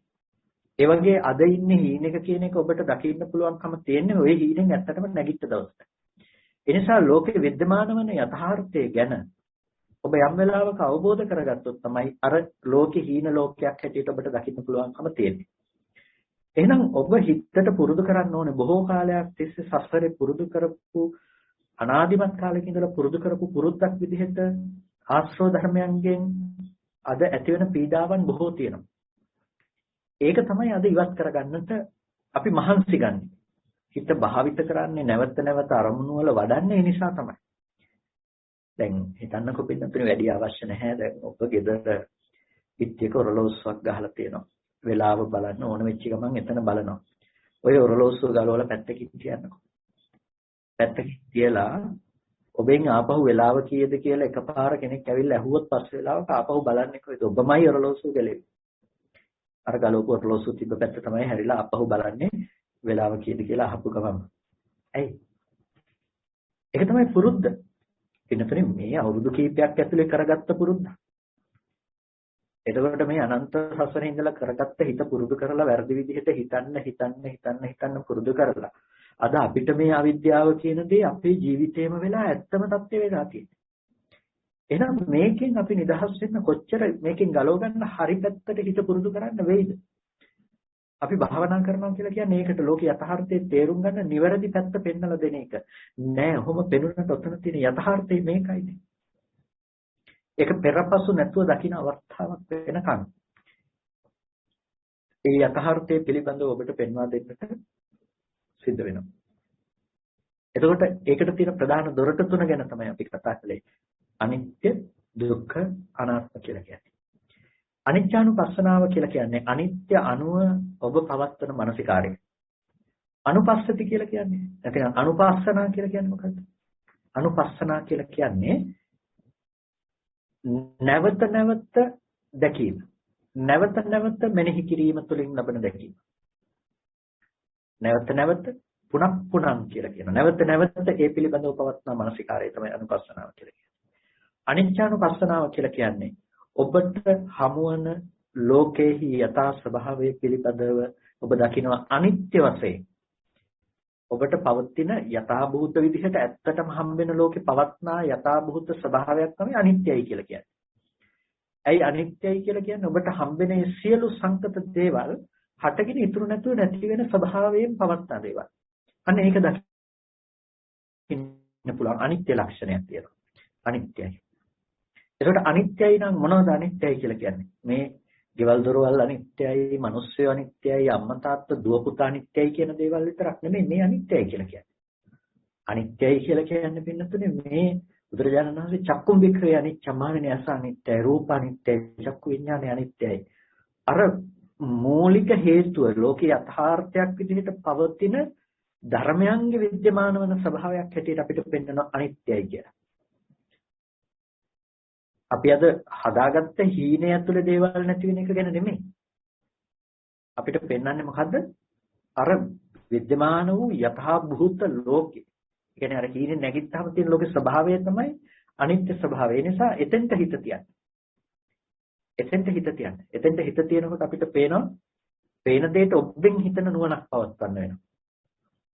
එතකොට මොකද්ද පවත්වන්න වෙන්නේ? ඇහැ රූප චක්කු විඤ්ඤාණ. ඔය ටික තමයි පෙනීම කියන දේ ඇතුලේ තියෙන ස්වභාවය. බාහිර රූපේ උපකාර වෙලා තියෙනවා. ඒක ගෝචර කරගත්ත ඇස උපකාර කරලා තියෙනවා. ඒ ඇස පිළිබඳව පහළ වෙන සිත උපකාර කරලා තියෙනවා පෙනීම විශේෂයි. ඊට පස්සේ හිත පැත්තෙන් ඒ ගැන අරමුණු අරගෙන ඒක සංවර්ධනය කළා අපි දැනගන්න මොහොත වෙනකන් යනවා. නමුත් අපිට පේන තැනක තියෙන සිද්ධාන්තය මොකද? ඇහැ රූප චක්කු විඤ්ඤාණ. ඇහැ රූප චක්කු විඤ්ඤාණ කියන්නේ. එතකොට මේ කියන්නේ ලෝකේ රූප නැහැ කියලා. රූප නැත්තම් පෙනුනේ මොකක්ද ඇහැට? රූපේ තමයි පේන්නේ. ඒ නිසා රූපය අපිට කතා කරන්නට වෙන්නේ රූපේ තියෙනවා. හැබැයි රූපය අනිත්‍යයි. රූපය අනිත්‍යයි. ඒ නිසා ඒ රූපය ආපහු දකින්න පුළුවන් කමක් නැහැ. ඒ රූපය අනිත්‍යයි. අනිත්‍ය නිසා ඒ රූපය දකින්න බෑ. ආයෙ දකින්න පුළුවන් කියලා හිතෙනවනම් ඒක ඒ රූපෙ නෙමෙයි. එතකොට අපිට පේනවා ඇහැට රූපයක් පේනවා නම් ඒ රූපයේ ස්වභාවය තමයි අනිත්‍ය වූ රූපයක්. එතකොට ඒකට අපිට දකින්න වෙන්නේ රූපය. මේ තාම සියුම් කාරණාවක් ගැන කතා කරන්නේ නිසා ඔබේ අවධානය එවිට යොමු කරලම තියාගන්න. අපි මේ කතා කරන්නේ රූපය ගැන. රූපය ගැන කතා කරනකොට එතනදී රූප කියලා කියන්නේ පින්නතුනේ ඇහැට පේනවා නම් වර්ණ රූපය ගැන මිසක ඔබට පේනකොට ඔබ අද හිතින් හිතලා දැනගන්න ඔය නානත්ව අරමුණු ගැන නෙමෙයි. ඔය හීනේ ඇතුලේ ඔබ භුක්ති විඳින අම්මා තාත්තා ගෙවල් දොරවල් ආදී ලෙස ඔබ ග්‍රහණය කරගන්න ඔය ලෝකේ ගැන නෙමෙයි මේ කතා කරන්නේ. රූපේ කියලා කතා කරන්නේ. රූපේ කියලා කතා කරන්නේ අර එළියේ තියෙන භූත ස්වභාවය. ඌ පරිදි යථා භූත ස්වභාවය තමයි මේ කතා කරන්නේ. ඒකට එතනදී මේ කතා කරන්නේ පිටතනේ හටගත්ත වර්ණ රූපේ කියන එක. ඇහැට පේන වර්ණ රූපේ. ඒක ඊයේ තිබුණත් නෙමෙයි මේක මොහොතකට කලින් තිබුණත් නෙමෙයි ඒ මොහොතේ ඇහැට පෙනෙන වර්ණ රූපේ. ඒ මොහොතේ ගෝචර කරගන්නේ නැහැ. ඒ මොහොතේ ඒ ගැටුණු වර්ණ රූපේ පිළිබඳව දැනගන්න හිත. මේවා පෙර නොතිබී හටගත්තු දේවල්. ඉතුරු නැතුව නැති වෙලා යන දේවල්. ආපහු කොයි වෙලාවකවත් අපිට ඒ දේ දකින්න බෑ. කලින් දැකපු රූපය ආයෙ දකින්න කියලා ඇස් දැල්ලා බලනකොට පේන්නේ මොකද්ද? අලුතෙන්ම වර්ණ සටහනක් පෙනේ. අලුතෙන්ම ඇහැට ඒක ගැටිලා තියෙන අලුතෙන්ම සිතක් ඉපදෙලා තියෙනවා. එතකොට ඒක තමයි සිද්ධ වෙන්නේ. භූතය ඇතුළේ සිද්ධ වෙන්නේ ඔය විදිහේ දේවල් ටික. එතකොට එතනදී තමයි ඇත්තටම රූපේ පේන්නේ. ඒකයි අනිත්‍ය සංඥාව පිළිබඳව බුදුරජාණන් වහන්සේ දේශනා කරනකොට ඉති රූපං කියලා දේශනා කරා. ඉති රූපං මෙන්න මේකයි රූපය කියලා කියන්නේ. ඉති රූපං. මොකද්ද රූපය කියලා කියන්නේ? ඒක තමයි දැනගන්නට ඕනේ. අනිත්‍ය සංඥාව වඩනකොට ඉති රූපං කියන එක දැනගන්නට ඕනේ. රූපය කියලා කියන්නේ මේකයි. රූපය කියලා කියන්නේ මෙන්න මේ ආකාරයට ඇහැට පේනවනම් මේ වර්ණ රූපේ රූපේ. කනට ඇහෙනවනම් ශබ්ද රූපේ තමයි රූපේ. එතකොට ඉති රූපං කියන තැනදී කොයි වෙලාවකවත් කියන්නේ මේ ඉති රූපං කියලා කියන්නේ මේ එළිය අපිට තියෙන අම්මා තාත්තා ගස්කොලන් කියන ඒවා තමයි රූප කියලා කියන්නේ. ඒවා අර හීනේ ඇතුලේ තියෙන දේවල්. යථාර්ථය මොකක්ද? යථාර්ථයේ ඉති රූපං කිව්ව ගමන් අපිට හම්බෙන්නට ඕනේ ඇහැට පේන වර්ණ රූපේ කියන දේ. ඒක තමයි රූපේ. ඒ රූපේ හටගත්තේ කොහොමද? ඊට පස්සේ බලන්න පුළුවන්. ඉස්සෙල්ලා ඒකට පළවෙනි අදියර මොකද්ද? මේක රූපේ කියලා දකින්න එක. පළවෙනි අදියර තමයි මේක රූපේ කියලා දැනගන්න එක. ඉති රූපං කියලා දැනගන්න එක. දැන් අපි හිතන එක රූප නම් අපිට අමුතුවෙන් රූප කියලා දැනගන්න දෙයක් නැහැනේ. හැබැයි ඉති රූපං කියලා කියන්නේ මේකයි රූපය කියලා කියන්නේ මේ සතර මහා ධාතු උපාදාය රූප පිළිබඳව අපි දැනගන්න එක. එතකොට අපිට පේන්නේ සත්‍යයක් නොවූ පුද්ගලයෙක් නොවූ වටිනකමක් නැති නොවටිනකමක් නැති හුදු රූප ධර්මයක්. හුදු රූප ධර්මයක් පමණයි.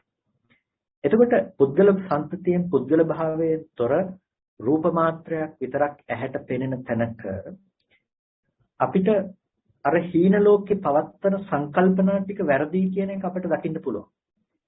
ඒ රූපේ ස්වභාවය හටගෙන නැති වෙනකම නම් අර හීන ලෝකේ අපි හිතාගෙන ඉන්න වටිනකම ඒක ඇතුලේ නැහැ කියලා අපිට පේනවා. ඒකට දැන් මේ හීන ලෝකේ පවතින තැනක් නැහැ.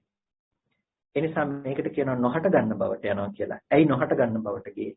අපි මේ දෙකක් කරලා දැක්කා. ඔය හීන ලෝකේ අස්සට මේක දාගත්තට පස්සේ අපිට අර යථාර්ථයේ වැහිලා ගිහිල්ලා හීනේ විතරයි පේන්නේ. ඒ වගේ මේ කාමයේ නැමැති හීන ලෝකාමිසේ නැමැති හීන ටික ඇතුලේ අපි ජීවත් වෙනවා. ලෝකාමිසේ නැමැති හීන ගොඩ අස්සේ අපි හැමදාම ඉපදිලා මැරලා යනවා. ජරා මරණ දුක තියෙන මේක ඇතුලේ, ව්‍යාධි දුක තියෙන මේක ඇතුලේ. මේකෙන් නිදහස් වෙන්නට පුළුවන්කමක් තියනවා නම් පුළුවන්කම තියෙන්නේ මොකක් නිසාද? වෙනතන මේකෙන් නිදහස් වෙනවා නම් නිදහස් වන්නට පුළුවන්කම තියෙන්නේ අර භූත ස්වභාවයට හිත තියලා. බුදුරජාණන් වහන්සේ අහන්නේ සරියුත්තර වහන්සේගෙන් සාරිපුත්තේ මේ භූතයයි කියන එක ඔබ දකින්නවද කියලා? මොනවාද? රූප වේදනා සංඥා සංඛාර විඥාන කියන මේ භූත වූ ස්කන්ධ ටික. ස්කන්ධ ටිකක් තමයි පවතින්නේ. සුද්ධ ධම්මා පවත්තන්ති කියලා කියන එකට. සුද්ධ වූ ධර්ම සම්පතියක් පවතිනවා. ඒ තමයි රූප වේදනා සංඥා සංඛාර විඥාන කියන ස්කන්ධ ධර්මතා ටික. ඒක තමයි පවත්නා ස්වභාවය. ස්කන්ධ ටික. ඒ ස්කන්ධ ටික හේතු නිසා හටගෙන හේතු නැති වෙනකොට නැති වෙනවා. ඒක ලක්ෂණයක් එතන තියෙනවා. ඒකට තමයි අනිත්‍ය ලක්ෂණය කියලා කියන්නේ. අනිත්‍ය ලක්ෂණය, අනිත්‍යතාවය. එතකොට ඒ අනිත්‍යතාවය එතන विद्यमान වෙන නිසා අපිට පේනවා ඒක එහෙනම් ලෝකෙ තුල පවතින දෙයක් නෙමෙයි. දැන් ඇහැ රූප චක්කු විඥාන පැත්තෙන් ඔබට පේනවා නම් ඔබ හිතනවාද ඔබ දකින ලෝකය ඔබට තියෙයි කියලා? ඔබ හිතනවාද ඔබ දකින ලෝකය ඔබට තියෙයි කියලා? දැන් ඔබට කවදාවත් ඔබ දකින ලෝකය ඔබට තියෙන්නේ නැහැ. ඔබ දකින ලෝකය ඔබට නිරුද්ධයි. ඇයි ඔබ දකින ලෝකය ඔබට නිරුද්ධයි කියලා කියන්නේ? ඔබ දකින ලෝකයේ පැවැත්මක් ඔබට නැති නිසා ඔබ දකිනවා ඇහැට ආවේ රූපයක්, රූපය හටගෙන ඉතුරු නැතුව නැති වෙනවා නම්, ඇහැ නැති වුණා නම්, රූපේ දැනගත්ත සිත නැති වුණා නම්, ඒ ටික නැති වෙනකොට අපහු මේක පණවන්න පවත්වන්න තැනක් නැහැ. එහෙනම් අපි විඳින දේවල් ටිකක් තියෙනවා. හිත පැත්තෙන් උපද්දගත්ත වැරදි අදහසක් නිසා ලෝකේ තියෙනවා කියලා හිතාගත්ත සංකල්පයක් විතරයි. ඒකේ බරක් නැහැ, ඒකේ සාරයක් නැහැ. අන්න එහෙම වෙනකොට එතන පැවැත්මක් අපිට පේන්නේ නැහැ. ඒ නිසා පින්නතනේ අපිට එතන ඥාන දර්ශනයක් උපතව ගන්න තියෙනවා. මේ ලෝකේ පවත්නා ස්වභාවයේ ලක්ෂණයක් අවබෝධ කර ගැනීම තුලින්. අනිත්‍යතාවය අවබෝධ කර ගැනීම තුළින් අපිට පුළුවන්කම තියෙනවා අනිත්‍ය වෙන ධර්මතා ටික මත අපි උපදවගත්ත සංකල්ප ගොන්නෙන් මිදෙන්න. හීනෙන් නැගිට්ටා. අනිත්‍යතාවයේ යම් තැනක තියෙනවා නම් එතන දුක්ඛ ලක්ෂණ ටිකකින් යුක්තයි. එනිසා යදනිච්ඡන්ත දුක්ඛං කියනවා. යමක් අනිත්‍ය නම් ඒක දුකයි. දුකයි කියන්නේ ඒක උසස්යයි ගන්නට පුළුවන් කමක් නැත්තේ. ඒක පහත් දෙයක්, ක්ෂයාර්ථයේහි වැටෙන දෙයක්.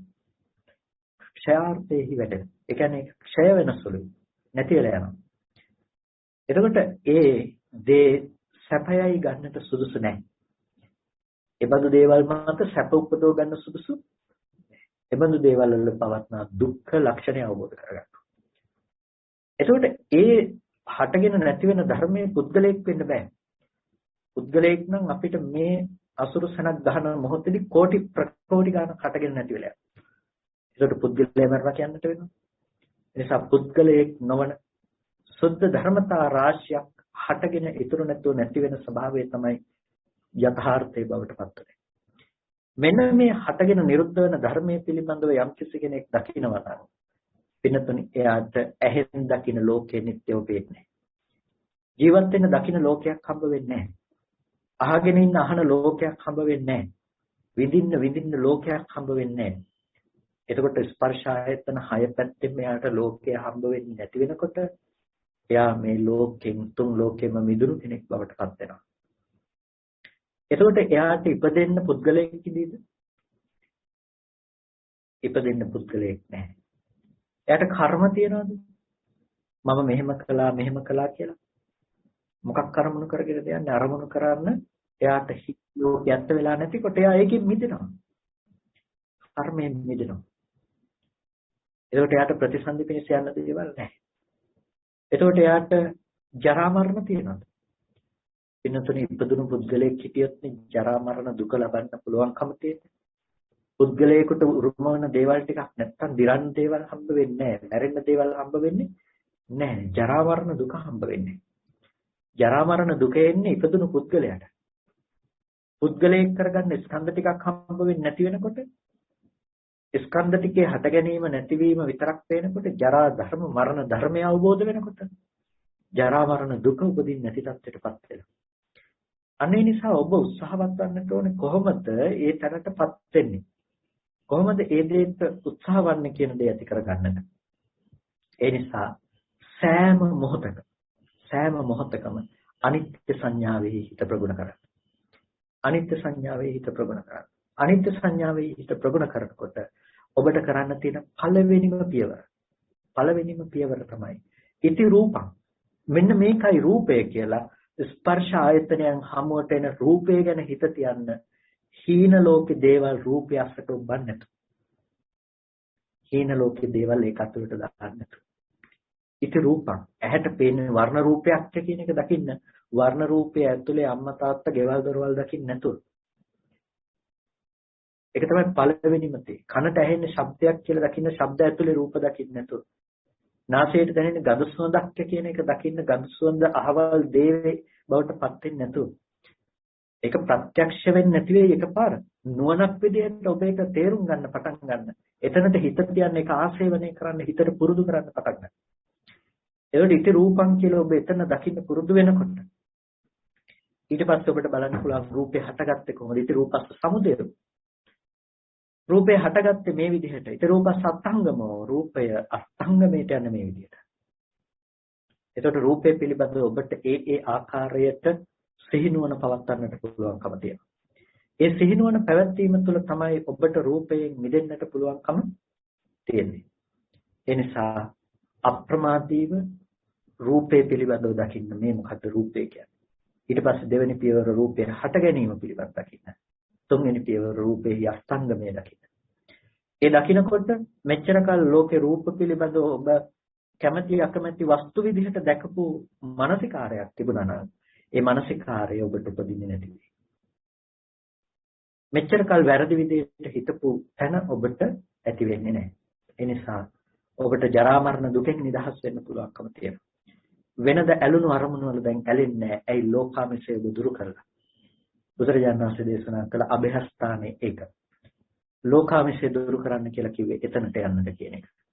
එනිසා අපි අපේ ජීවිතය යොමු කරගන්නට ඕනේ, උත්සාහවත් වන්නට ඕනේ පිටුනේ.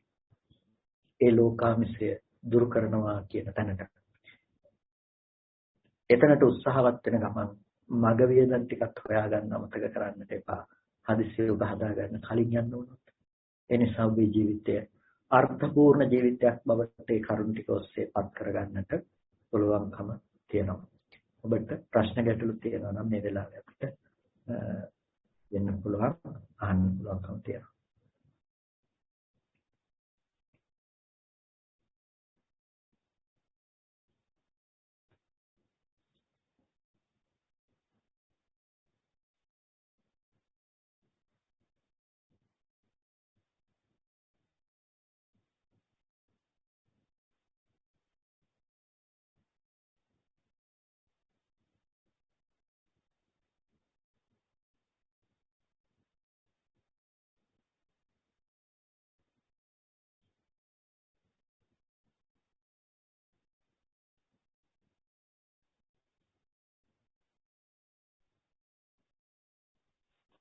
ස්වාමීන් ප්‍රශ්නයක් අහන්න පුළුවන්ද? ඔව් අහන්න. ස්වාමීන් වහන්සේ අත්ංගමය කියන්නේ මොකද්ද ස්වාමීන් වහන්සේ? අස්තංගමය කියලා කියන්නේ අස්තයට යෑම, කෙලවරටපත් වීම නැතිනම් නැතිවීම කියන එක. එතකොට රූපය හට ගැනීම සහ රූපයේහි නැතිවීම කියන එක. එතකොට මේ අස්තංගමය කියන වචනය ගැන අපි ගැඹුරින් කතා කරොත් එහෙම අපිට අස්තංගම අවස්ථා දෙකක් දකින්න පුළුවන්. ඒ තමයි දැන් හටගත්තු රූපය මේ මොහොතේ නැති වෙලා යනවා කියන එක දකින්න පුළුවන්. හටගත්තු රූපය මේ වෙලාවේ හටගෙන ඉතුරු නැතුව නැති වෙනවා. ඒකත් අස්තංගමයක්. ඊට පස්සේ අස්තංගමයක් තියෙනවා දැන් මේ රූපය ඇති වෙන්න හේතු වෙච්ච හේතු ටික නැති කරලා ඒ කියන්නේ දැන් අතීත අවිද්‍යාව කර්ම තණ්හාදී හේතු නිසානේ රූපය හැදෙන්නේ. එතකොට ඒ හේතු ටික නැති කරලා අනාගතයට උපදින රූපේ නැති කරන්න පුළුවන්කම තියෙනවා. එතකොට අර හේතු ටික නැති කරලා අනාගතයට අපි ප්‍රතිසන්දි වශයෙන් යන තැන නැති කරන එකත් අස්තංගමයේ හැටියට කතා කරනවා. එතකොට ඒ විදිහට අස්තංගමයේ ගැන අපි කතා කරන අවස්ථා දෙකක් තියෙනවා. එකක් හටගත්ත දේ නැති වෙන එක, අනිත් එක ප්‍රතිසන්දි වශයෙන් යන්න තියෙන හේතු ටික නැති කරලා විපයසුරු කරගත්ත ඒ සිද්ධ කරන අස්තංගමය කියන එක කියන්නේ නිරෝධය පැත්තෙන් කරන දෙයක්. එතකොට ස්වාමීන් වහන්සේ අපි ඒක ඇති වුණා දන්නවා මේ රූපය. ඒතර නැති වෙච්ච හැටි එහෙමම හිතන්න ඕන අස්තංගමය කියලා. අස්තංගමය නැති වෙන හැටිත් අපි බලන්න ඕන. දැන් රූපය නිරුද්ධ වෙනකොට රූපේ ඒ කියන්නේ රූපය ඒ මොහොතේ නැති වෙලා යනකොටත් අපිට ඒ දේ ආයේ උපදින්නේ නැහැ. ඒක නැති වෙනවා කියන එක දකින්න වෙනවා. ඇහැ නැති වුණත් රූපේ නැති වෙනවා. හිත නැති වෙනකොටත් රූපේ නැති වෙනවා. කියලා මේ ධර්මතාවයන්ගේ තියෙන අනිත්‍ය ස්වභාවය ගැන බලන්න ඕනේ. අනිත්‍ය ස්වභාවය බලන එකේම එක ලක්ෂණයක් තමයි හට ගැනීම සහ වැයවීම කියන එක දකින්න එක. එතකොට දැන් අපි ඉස්සෙල්ලාම දැන් ලෝකේ ස්වභාවයේ කොටස් තුනකට බෙදුවා අනිත්‍ය දුක්ඛ අනාත්ම කියලා. අනිත්‍ය කියන එකම ධර්මයේ ඇතුලේ අපි තව කොටස් තුනක් දකින්න. ඒ තමයි හට ගැනීම, ඒ වගේම මේ ඒ කියන්නේ රූපේහි හට ගැනීම, රූපේහි වැයවීම කියලා දකින්න අවස්ථාවක්. එතකොට ඒ රූපය කියලා දකිනවා පෙනෙන වර්ණ රූපේ හැටියට හඳුනා ගන්නවා. ඒ රූපය හටගත්තේ කොහොමද කියලා අපි දන්නවා. අවිද්‍යා කර්ම තණ්හා කියන අතීත හේතු ටික නිසා මේ විඥානයේ නාම රූපය අසුරු කරගෙන ප්‍රසාද රූප උපදවන බව තියෙනවා. වර්තමාන ආහාර ප්‍රත්‍ය උපයෝගී කරගෙන ඇහැ හදනවා. එතකොට ඒ නිසා තමයි රූපය මේ ඇහැට පතිත වෙන්නේ. ඒක රූපෙට හේතු ටිකක් මේ ටිකමයි. එතකොට අපි දන්නවා මේ හටගත්ත ඇහැට රූපේ පෙනීමත් එක්කම ඇහැට ගැටීමත් එක්කම මේ රූපය ඉතුරු නැතුව නැති වෙලා යනවා. ඒ රූපේ ඉතුරු නැතුව නැති වෙලා යනවා. ඒ ටික දැනගෙන ඒ රූපේ නැති වෙනකොට හෝ ඇස නැති වෙනකොට හෝ හිත නැති වෙනකොට ආයේ රූපේ ගැන පැවැත්ම ගැන කතා කරන්න පුළුවන් කමක් නැහැ. එතකොට මේ ධර්මයන්ගේ නිරෝධයෙන් නිරුද්ධ වෙන රූපේ පිළිබඳවත් අපි අවබෝධ කරනවා. දකින්න ඕනේ. එතකොට ඒකත් අස්තංගමයයි කියලා කියනවා. එතකොට ඒ විදිහට අපි රූපය ගැන දකිනකොට රූපය ගැන තිබුණු අවිද්‍යාව දුරු කරන එක. රූපය ගැන තියනවාමයි කියලා හිතාගෙන ඉතින් අවිද්‍යාව දුරු වීම තුළින් අනාගතයේට ඉබඳු මට්ටමේ මෝඩකම නිසා හදාගන්න එකක් තියෙනවා නම් ඒක නූපදින බවටපත් වෙනවා. එතකොට අන්න ඒකත් අස්තංගමය හැටියට දක්වනවා. එතකොට ස්වාමීන් වහන්සේ රූපේ ඉපදීම දකින්නවා අස්තංගමය දකින්නවා.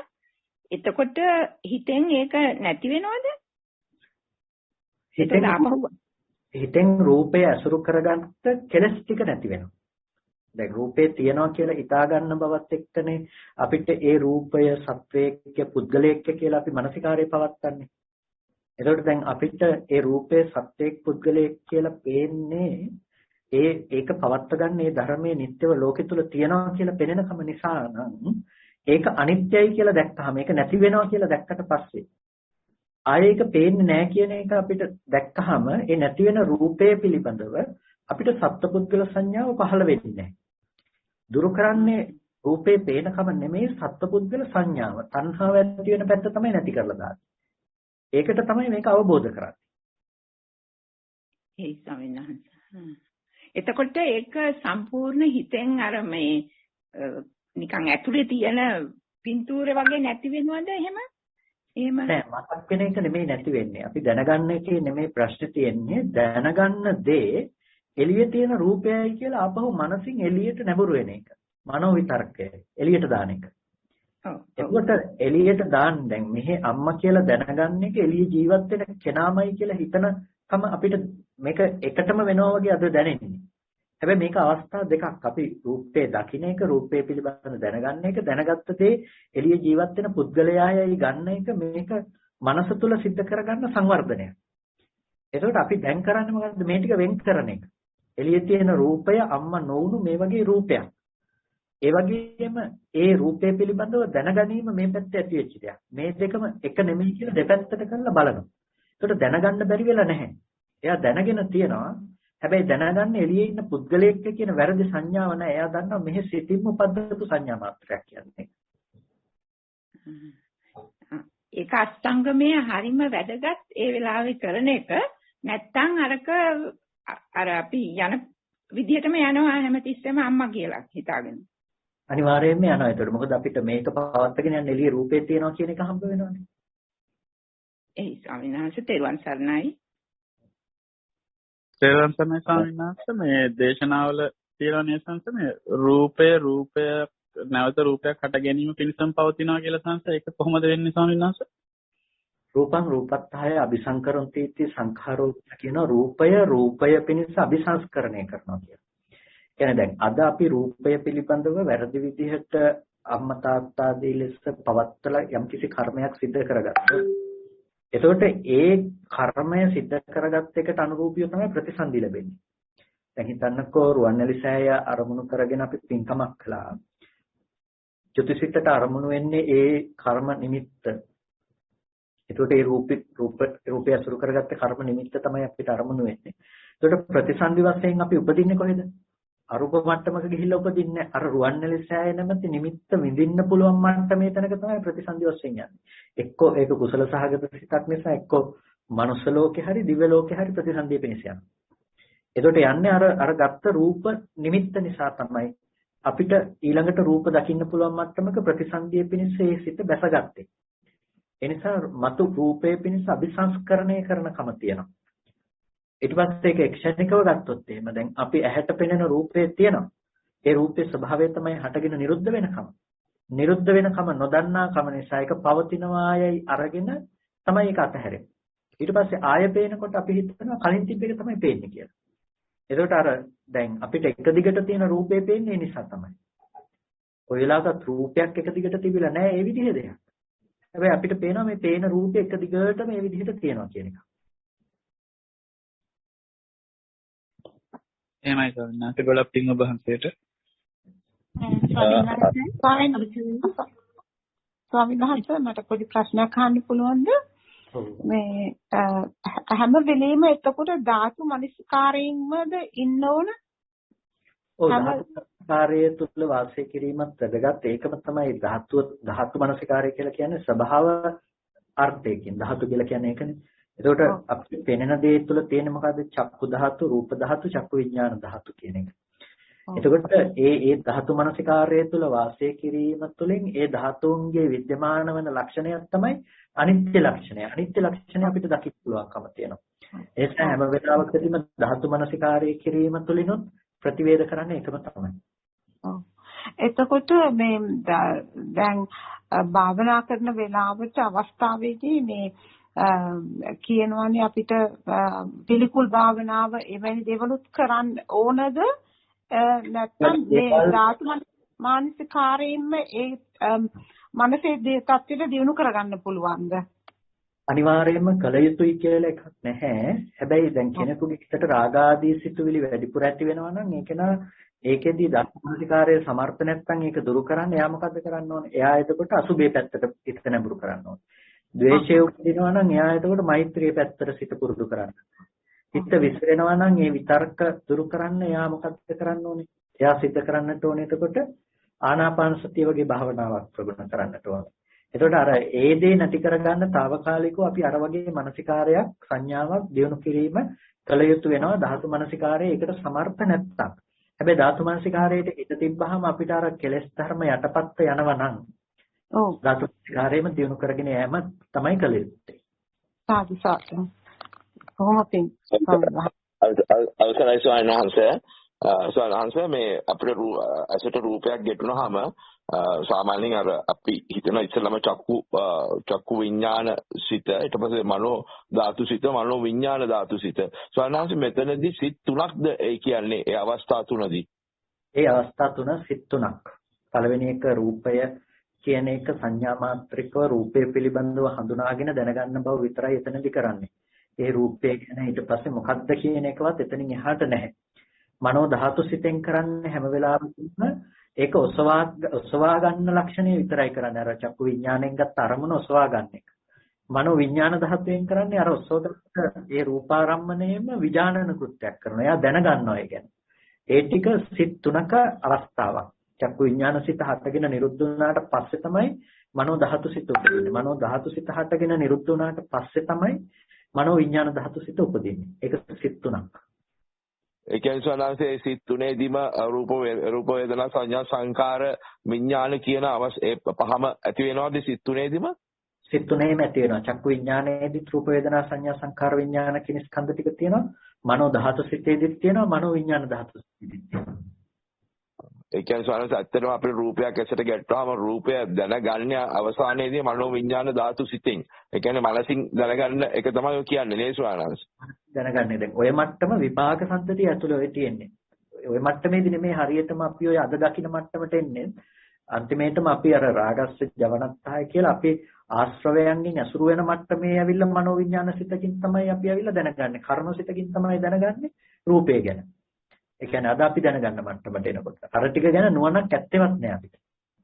එහෙමයි. ඒ කියන්නේ සාමාන්‍ය කර්මයේ සිද්ධ වෙන්නේ මනෝවිඥාන ධාතු සිතින්. මම හරි ස්වාමීනි. මට්ටමේ සිතකින්. හරි. බොහොම පින් ස්වාමීනි බොහොම පින් අප ඒක හොඳට තේරුණා. අවසරයි ස්වාමීනි. අවසරයි ස්වාමීන් වහන්සේ. එතකොට මට තියෙනවා ගැටලුවක් ස්වාමීන් වහන්සේ. දැන් රූපය ආදී දේ ඇතිවීම සහ අර අස්තංගමණය කියන ඒ කියන්නේ නැතිවීම ආදී දේ පිළිබඳව මනසිකාරය කිරීමද ස්වාමීන් වහන්සේ විදර්ශනා භාවනාව කියන්නේ? ඒකම තමයි විදර්ශනා භාවනාව කියලා කියන්නේ. අපි උදේවැය දර්ශනය කියලා කියන්නේ ඒකටම තමයි. නිසා ඒක විදර්ශනා භාවනාවටම අයිති වෙන දෙයක්.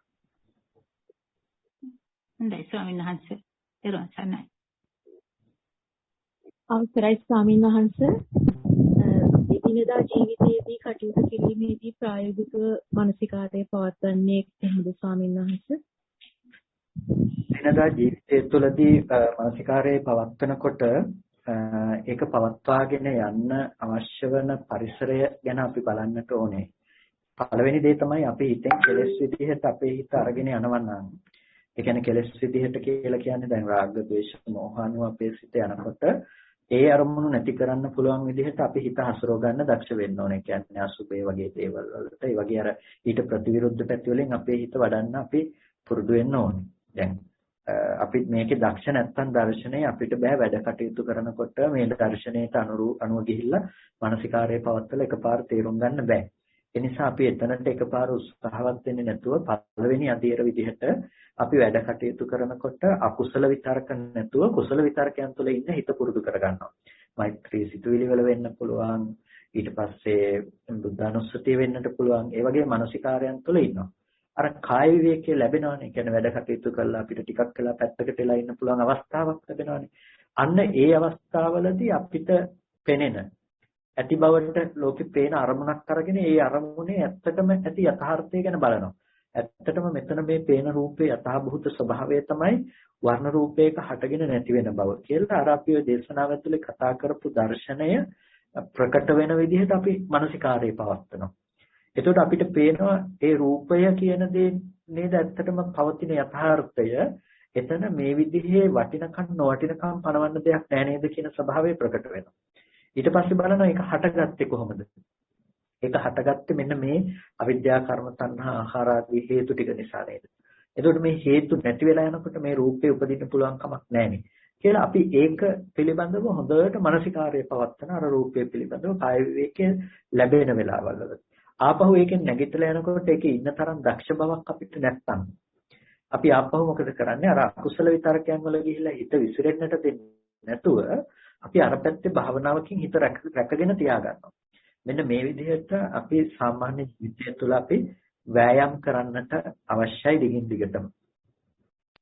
බොහොම පින් ස්වාමීන් වහන්සේ තෙරුවන් සරණයි. අවසරයි ස්වාමීන් වහන්සේ. පොඩි ප්‍රශ්නයක් තියෙනවා ස්වාමීන් වහන්සේ මේ හට ගැනීම සහ වැයවීම ගැන දැනගන්න ඒ කියන්නේ අවිද්‍යාව දුරු කරගන්න ස්වාමීන් වහන්සේ මේ අභිධර්මය දැනගන්නේ නැතුව අපිට නිවන් මාර්ගය සාක්ෂාත් කරන්න බැරිද? අපි හිතමු කෙනෙක් සූත්‍ර පිටකය තුළින් ගුණධර්ම පුරුදු කරගෙන විදර්ශනාව වඩලා යනවනම් ඒ කෙනාට අභිධර්මයේ බැරි නම් ස්වාමීන් වහන්සේ නිවන් දකින්න බැරිද? මොකද මේක සමාජයේ කතිකාවක් විදිහට ගෙනියනවා මේ ගුණධර්ම පුරුදු කරන විදිහට අයට සූත්‍ර තුළින් බුද්ධ දේශනාව තුළින් බොහොමත් ස්වාමීන් වහන්සේ සමාවෙන්න මෙහෙම කියනවාට මොකද අපි ධර්මයේ දන්න ගොඩක් දෙනෙක් දැකලා තියෙනවා තාමත් විශාල වශයෙන් මේ විග්‍රහ කරන බුද්ධ දේශනාවල් ඉගෙනගෙන ගුණධර්ම පුරුදු කරන අයට ස්වාමීන් වහන්සේ මේ ගැන වහන්සේ ධර්මානුකූලව දකින්න කොහොමද ස්වාමීන් වහන්සේ? අවසරයි. බුදුරජාණන් වහන්සේ දේශනා කළේ ධර්මය. බුදුරජාණන් වහන්සේ දේශනා කළේ මම සූත්‍ර දේශනා කරනවා මම අභිධර්ම දේශනා කරනවා කියලා දේශනා කළේ නැහැ. බුදුරජාණන් වහන්සේ දේශනා කළේ ධර්මය. ඒ ධර්මය බෙදා දැක්වීමේදී අපි ත්‍රිපිටකයක් විදිහට බෙදා දක්වනකොට අපි ඒ ධර්මය සංග්‍රහ කිරීමේදී සූත්‍ර ධර්ම සහ අභිධර්ම හැටියට බෙදා දක්වනවා. අභිධර්ම දේශනාව කියලා කියන්නේ එක්තරා සූත්‍රයක් තමයි. ඒක දෙවියන්ට දේශනා කරන ලද දිව්‍ය ලෝකයේ වැඩපු අවස්ථාවක දේශනා කරපු දේ. ඒකට අපි හිතනවා නම් දෙවියන්ට කියපු දේ අපිට අදාළ නැහැ කියලා. දේවතා සංයුත්තේ දේශනා කරපු දේවලුත් මම අද කිව්වේ දේවතා සංයුත්තේ තියෙන දෙවියෙකුට දේශනා කරපු ගාතාවක් අච්චන්ති කාලාතරයන්ති රත්තියෝ කියන එක. ඒක අපිට අදාළ නැහැ කියන්න බෑනේ. ඒ නිසා ඒ ධර්මයක් අපිට අදාළයි. එතකොට ඒකෙදි කියන්නේ අපි සූත්‍රයක් දැකලා උදේවැය ගැන කරනවා නම් සූත්‍රයක් අහලා උදේවැය ගැන කතා කරනවා නම් ඒ උදේවැය ඥානය අපි උපදෝගන්නේ අභිධර්ම තුළ විවරණය කරපු රූපය ගැන තමයි අපි දකින්නේ.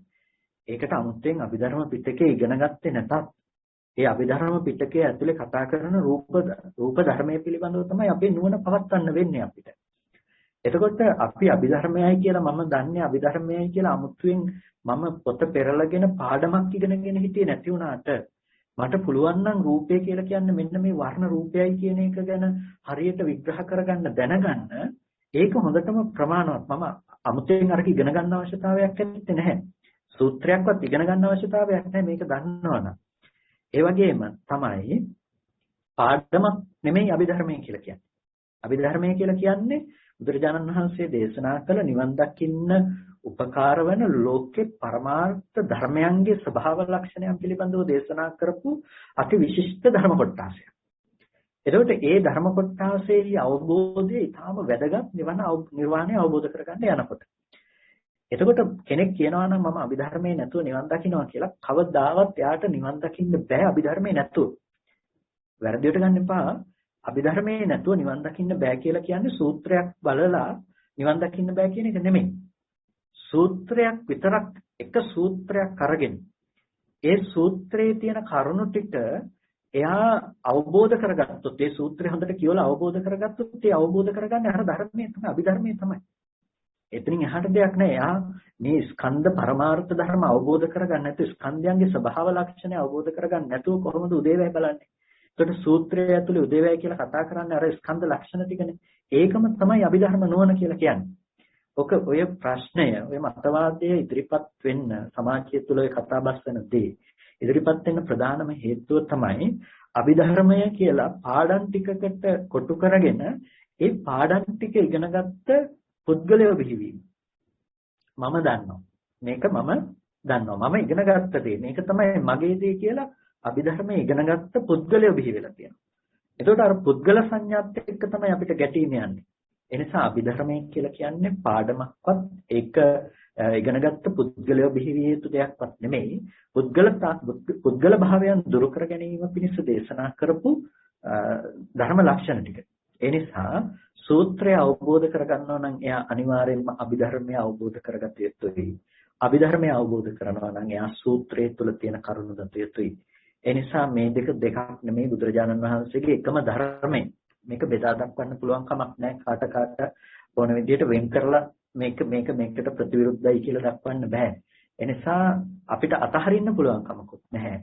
අපි සූත්‍ර ඇතුලේ කතා කරනකොට ඉති රූපං කියලා ඒකේ තියෙන දීර්ඝ විවරණය තමයි අභිධර්මයේ ඇතුලේ කතා කරන මෙන්න මේ රූපය මෙන්න මේකයි රූපේ ස්වභාවය කියලා දේශනා කරපු රූපස්කන්ධය ගැන කරලා තියෙන විභජනය විවරණය තමයි නිවැරදිව රූපේ පරිග්‍රහණය කරන්න තියෙන ලක්ෂණ ටික. ඒක දැනගත්ත කෙනාට අර සූත්‍රයේ තේරුම් ගන්න හරි පහසුවෙන් පුළුවන්කම තියෙනවා. ඉතින් රූපං කියනකොට මේ රූපය ගැනයි කතා කරන්න කියලා. එතකොට අපි හිතමු මේ පාඩම ඉගෙන ගත්තේ නැහැ කෙනෙක් කියලා. රූපය කියන පාඩම ඉගෙන ගන්න නැතුව හිටියත් එයා මේක රූපයයි කියන එක ගැන ස්වාමීන් වහන්සේ නමක් දේශනා කරන දේශනාව අහලා මේකයි රූපය කියලා එයා තේරුම් ගත්තා නම් ඒ තමයි අභිධර්මයේ තේරුම් ගැනීම. ඒක හොඳටම ප්‍රමාණවත් එයාට නිවන් දකින්න. එතකොට එයා අමුතෙන් අර පාඩම ඉගෙනගෙන ඉන්න අවශ්‍යතාවයක් නැත්තේ නැහැ. ඒ නිසා කෙනෙකුට සූත්‍රය බලනකොට අභිධර්මයේ පේන්න ඕනේ. අභිධර්මයේ බලනකොට සූත්‍ර පේන්න ඕනේ. මේ දෙක අතහැරලා යන්න බෑ. අපි හිතනවා නම් සූත්‍රය ඇතුලේ කතා කරන්නේ ජීවිතේ හදාගන්න දේවල් විතරයි කියලා. ඒක වැරදි. අපි කියනවා නම් අභිධර්මයේ ඇතුලේ කතා කරන්නේ වෙනම පාඩම් ටිකක් කියලා. ඒ අපි අභිධර්මයේ කියලා හිතාගෙන ඉන්න දේ වැරදි. ඒ නිසා අභිධර්මයේ කියලා කියන්නේ ලෝකයේ යථාභූත විදිහට विद्यमान වන ධර්මතාවයන් ගැන භාග්‍යවතුන් වහන්සේ කරපු විවරණය. එතකොට අපි සූත්‍ර තුලින් ධර්මය අවබෝධ කරගන්නවා කියලා කියන්නේ යථාභූත දර්ශනය ධර්මය අවබෝධ කර ගැනීම නම් අර භාග්‍යවතුන් වහන්සේ දේශනා කරපු මේ ධර්මයම තමයි අපිට අවබෝධ කරගන්න තියෙන්නේ. ඒ නිසා එක සූත්‍රයක් අහලා නිවන් දැක්කත් ඒ නිවන් දකින්නේ අභිධර්ම ඥානය සමග. අභිධර්ම නුවණත් සමගයි මේ ධර්මතාව ටික දකින්න නැතුව මොනවා ගැන දැකලාද නිවන් දකින්නේ. ඒ ටිකම තමයි අභිධර්මයේ විස්තර කරලා තියෙන්නේ. ඒ නිසා මේක දෙකක් නෙමෙයි. මේක එකම කොටහසක්. මේක කොයි වෙලාවකවත් මේක දෙකට බෙදලා වෙන් කර ගන්නට නැතුව ඉන්නවා නම් මම හිතනවා අපි මේක වෙන් කර ගන්න නැතුව ඉන්නවා නම් ඒක තමයි වටිනාම දේ වෙන්නේ. මොකද සූත්‍රය බලනකොට අභිධර්මයේ පේන්න ඕනේ, අභිධර්මයේ බලනකොට සූත්‍රය පේන්න ඕනේ. එතකොට සමහර වෙලාවට අපි දකිනවා අර මහා ලොකු ධර්මයේ අපි කතා කළාට සමහර වෙලාවට අපේ එදිනෙදා ජීවිතය ඇතුලේ කෘතගුණ සැලකීමවත්, කල්යාණ මිත්‍ර සම්පත්තිය උපදව ගැනීමවත් නැහැ.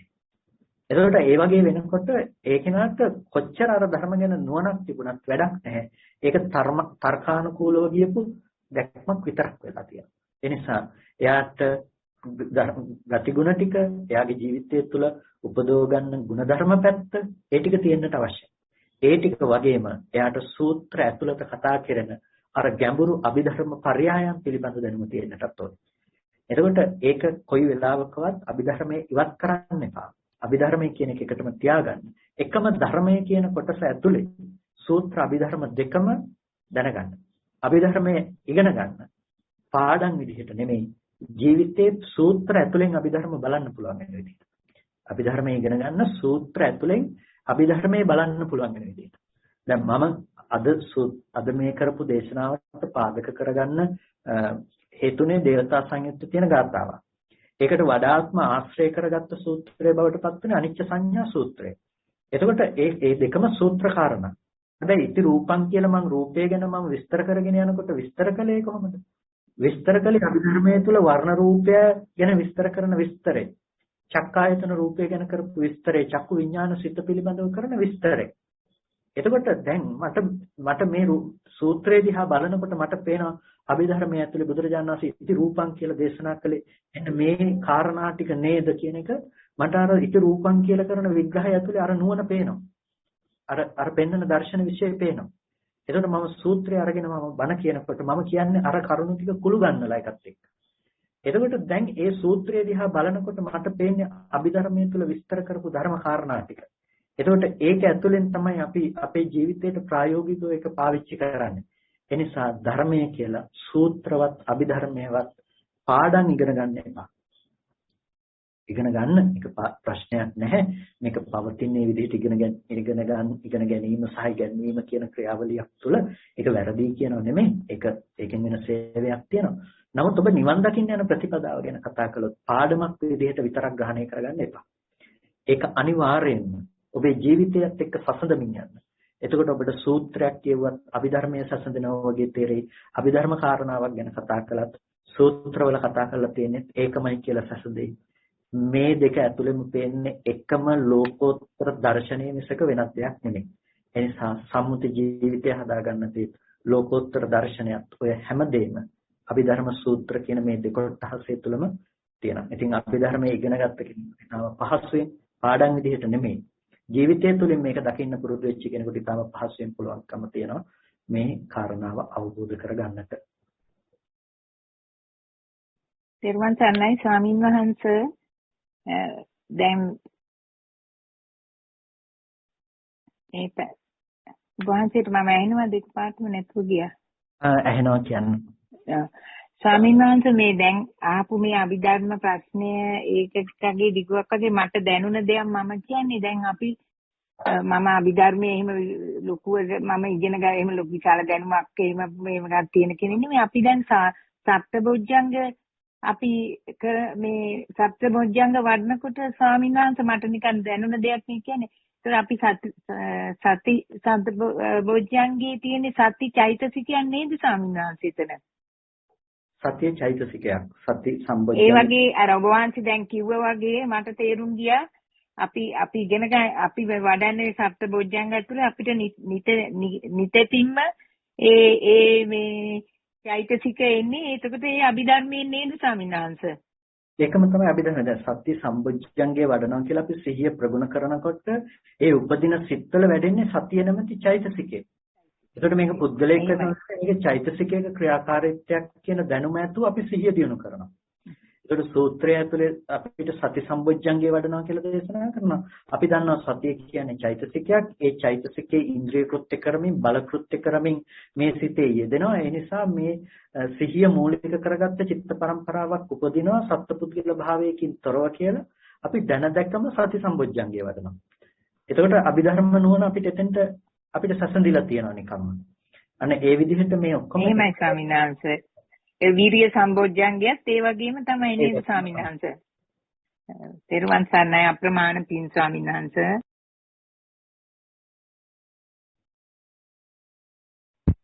අවසරයි ස්වාමීන් වහන්සේ. ඔව්.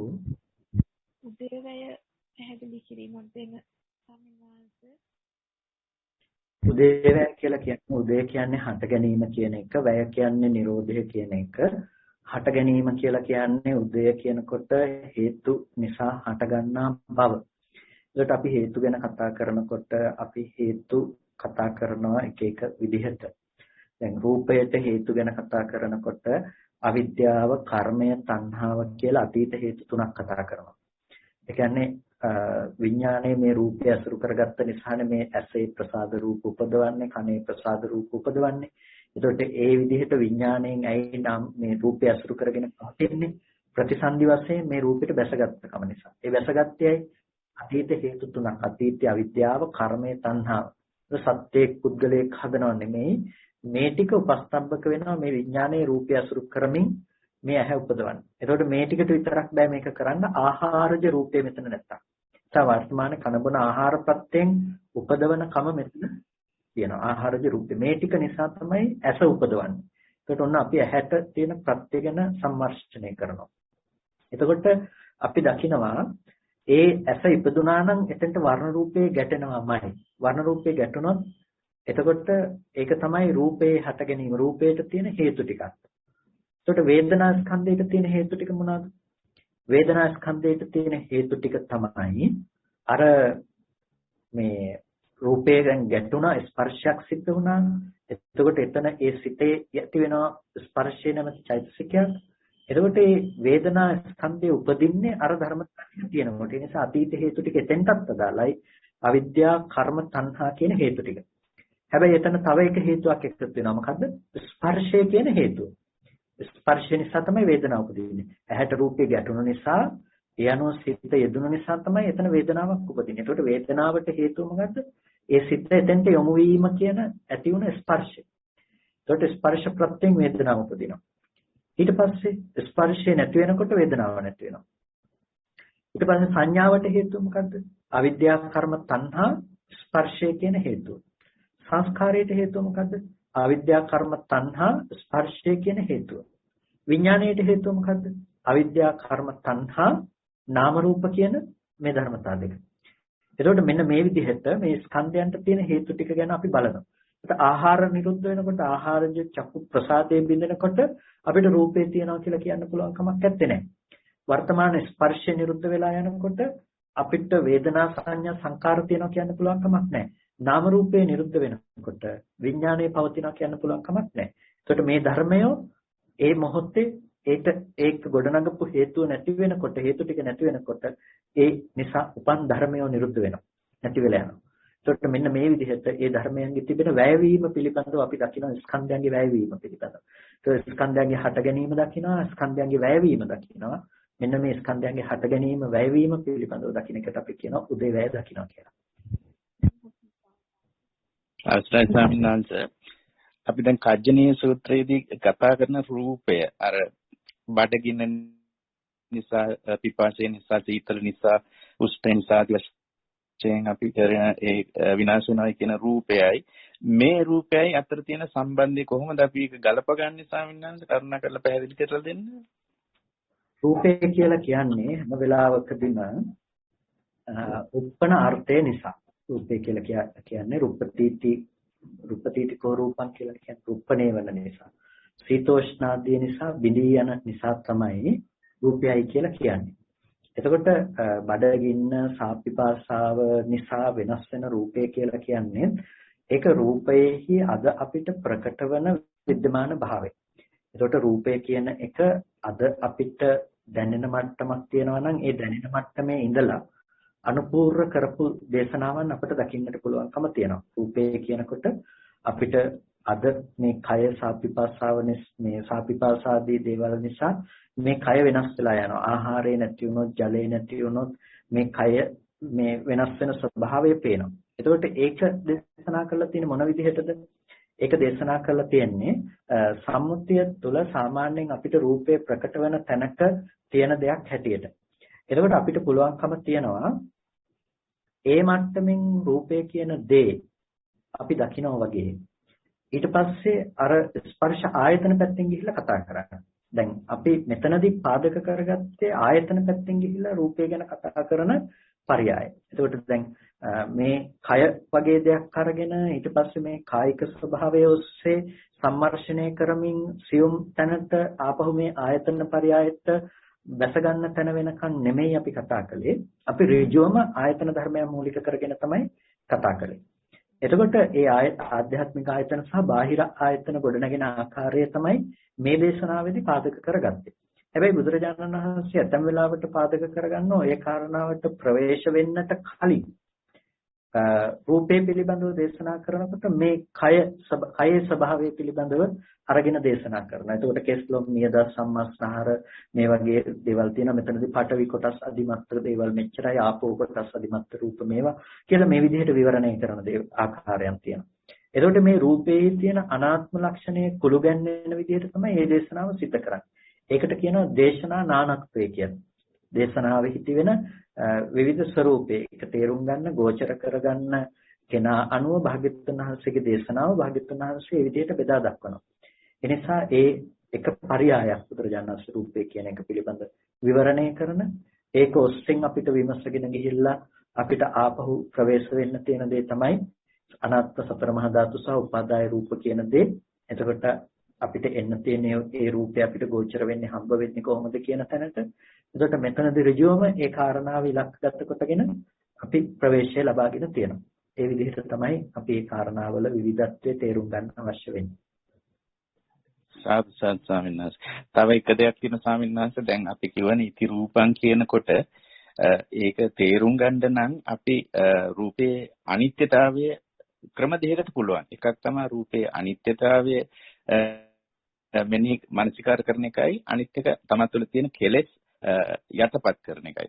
මේ දෙක කෝකද කළ යුත්තේ? නැත්නම් දැන් යටපත් කරනවා කියන එක සමතයෙන් කරනවා, අරක විපස්සනාවෙන් කරනවද? එහෙම නැත්නම් කොහොමද ස්වාමීන් වහන්සේ ඒක පොඩ්ඩක් පැහැදිලි කරලා දෙන්න.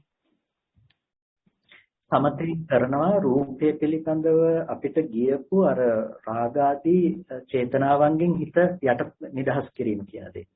තදංග විස්කම්බන වශයෙන් හිත මේ ඒ අරමුණු වල ඕනවට වඩා දැඩිව අල්ලගෙන තියෙනකම යටපත් කිරීම කියන දේ.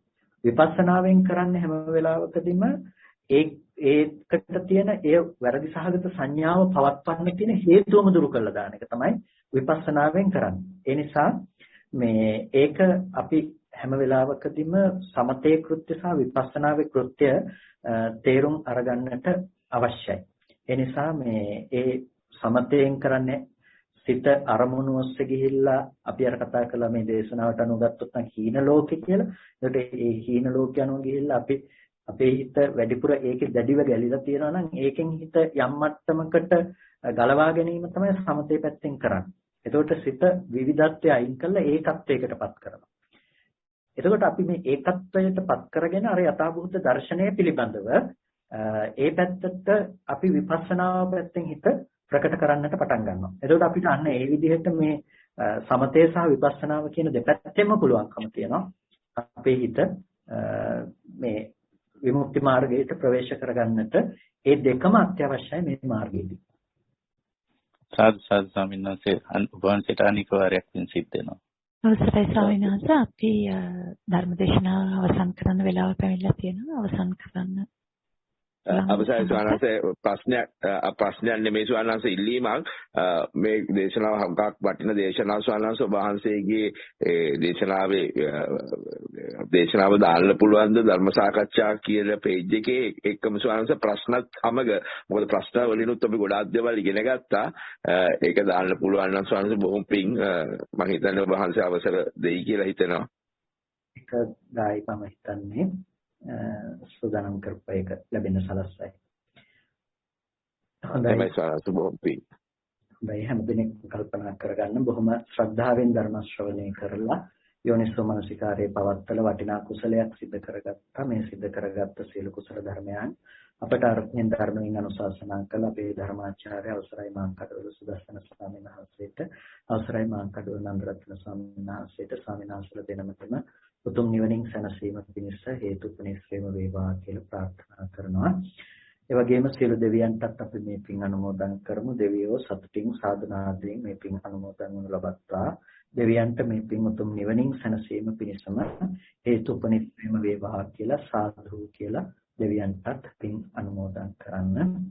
ඒ වගේම අද දවසේදී මේ දේශනාවේ දායකත්වයෙන් කටයුතු කරනවා ශ්‍රේෂ්ඨ ලන්තේ වාසය කරන උද්‍යානයේ උනන්තන්න මහත්මිය වගේම ත්‍රිශාලා උනන්තන්න සහ විශ්ව උනන්තන්න මහත්මයා විසින් ඒ පින්වත් පිරිස බලාපොරොත්තු වෙනවා පරලෝකයේ ගිය ශාන්ති උනන්තන්න මෑණියන්ටත් සහ උනන්තන්න පවුලේ මිය පරලෝ යන්නට යෙදුන සියලුම මියගිය ඥාතීන්ට පුණ්‍යානුමෝදනා කරන්නටත් ඒ වගේම වජිර රණසිංහ මහත්මයාගේ පියාණන් වූ නොවැම්බර් මාසේ 7 වෙනි දින අභාව ප්‍රාප්ත වූ මැදගොඩ ප්‍රේමසිරි රණසිංහ මහත්මයාට පුණ්‍යානුමෝදනා කරන්නට බලාපොරොත්තු වෙනවා.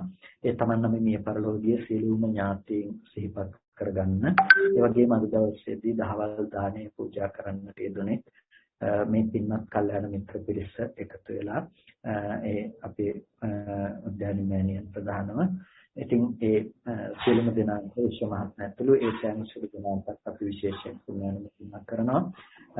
අර පින් අනුමෝදන් කරන්නට බලාපොරොත්තු වෙන සියලුම ඥාති වර්ගයාට ඒ සියලු කුසල ධර්මයන් තමන් කළ පිනක් මේ සතුටින් සාධනාවෙන් අනුමෝදන් වන්නට ලැබේවා.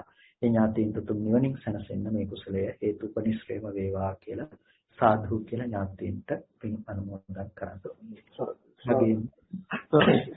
කුසල ධර්මයේ මේ සංවිධානය කරන්නට අවශ්‍ය කටයුතු සම්පාදනය කළ සහායකත්වයෙන් කටයුතු කළ උද්‍යාන මෑණියන් සහ ඒ අනිකුත් සෑම සියලු පින්තුන්ට අපි පින් අනුමෝදන් කරනවා.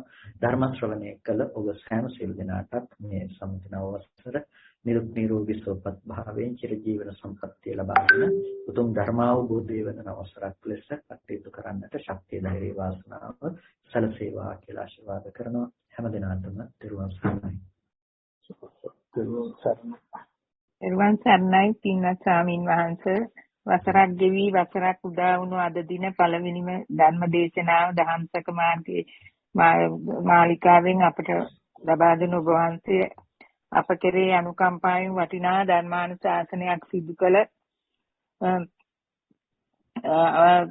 පින්වත් ස්වාමින් වහන්සේට පුණ්‍යානුමෝදනා කර සිටිමි.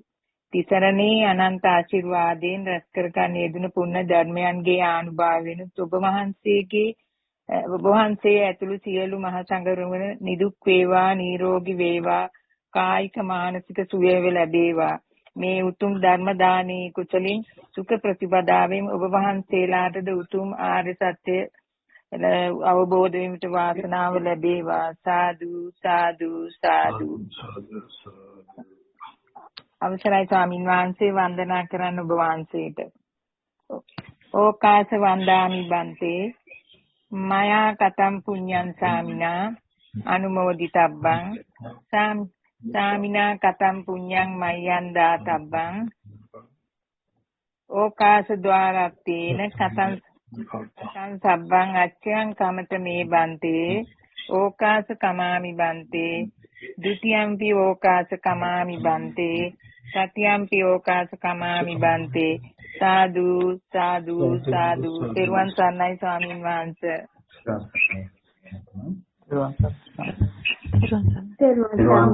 පෙරවන් සර්ණයි ස්වාමීන් වහන්සේ.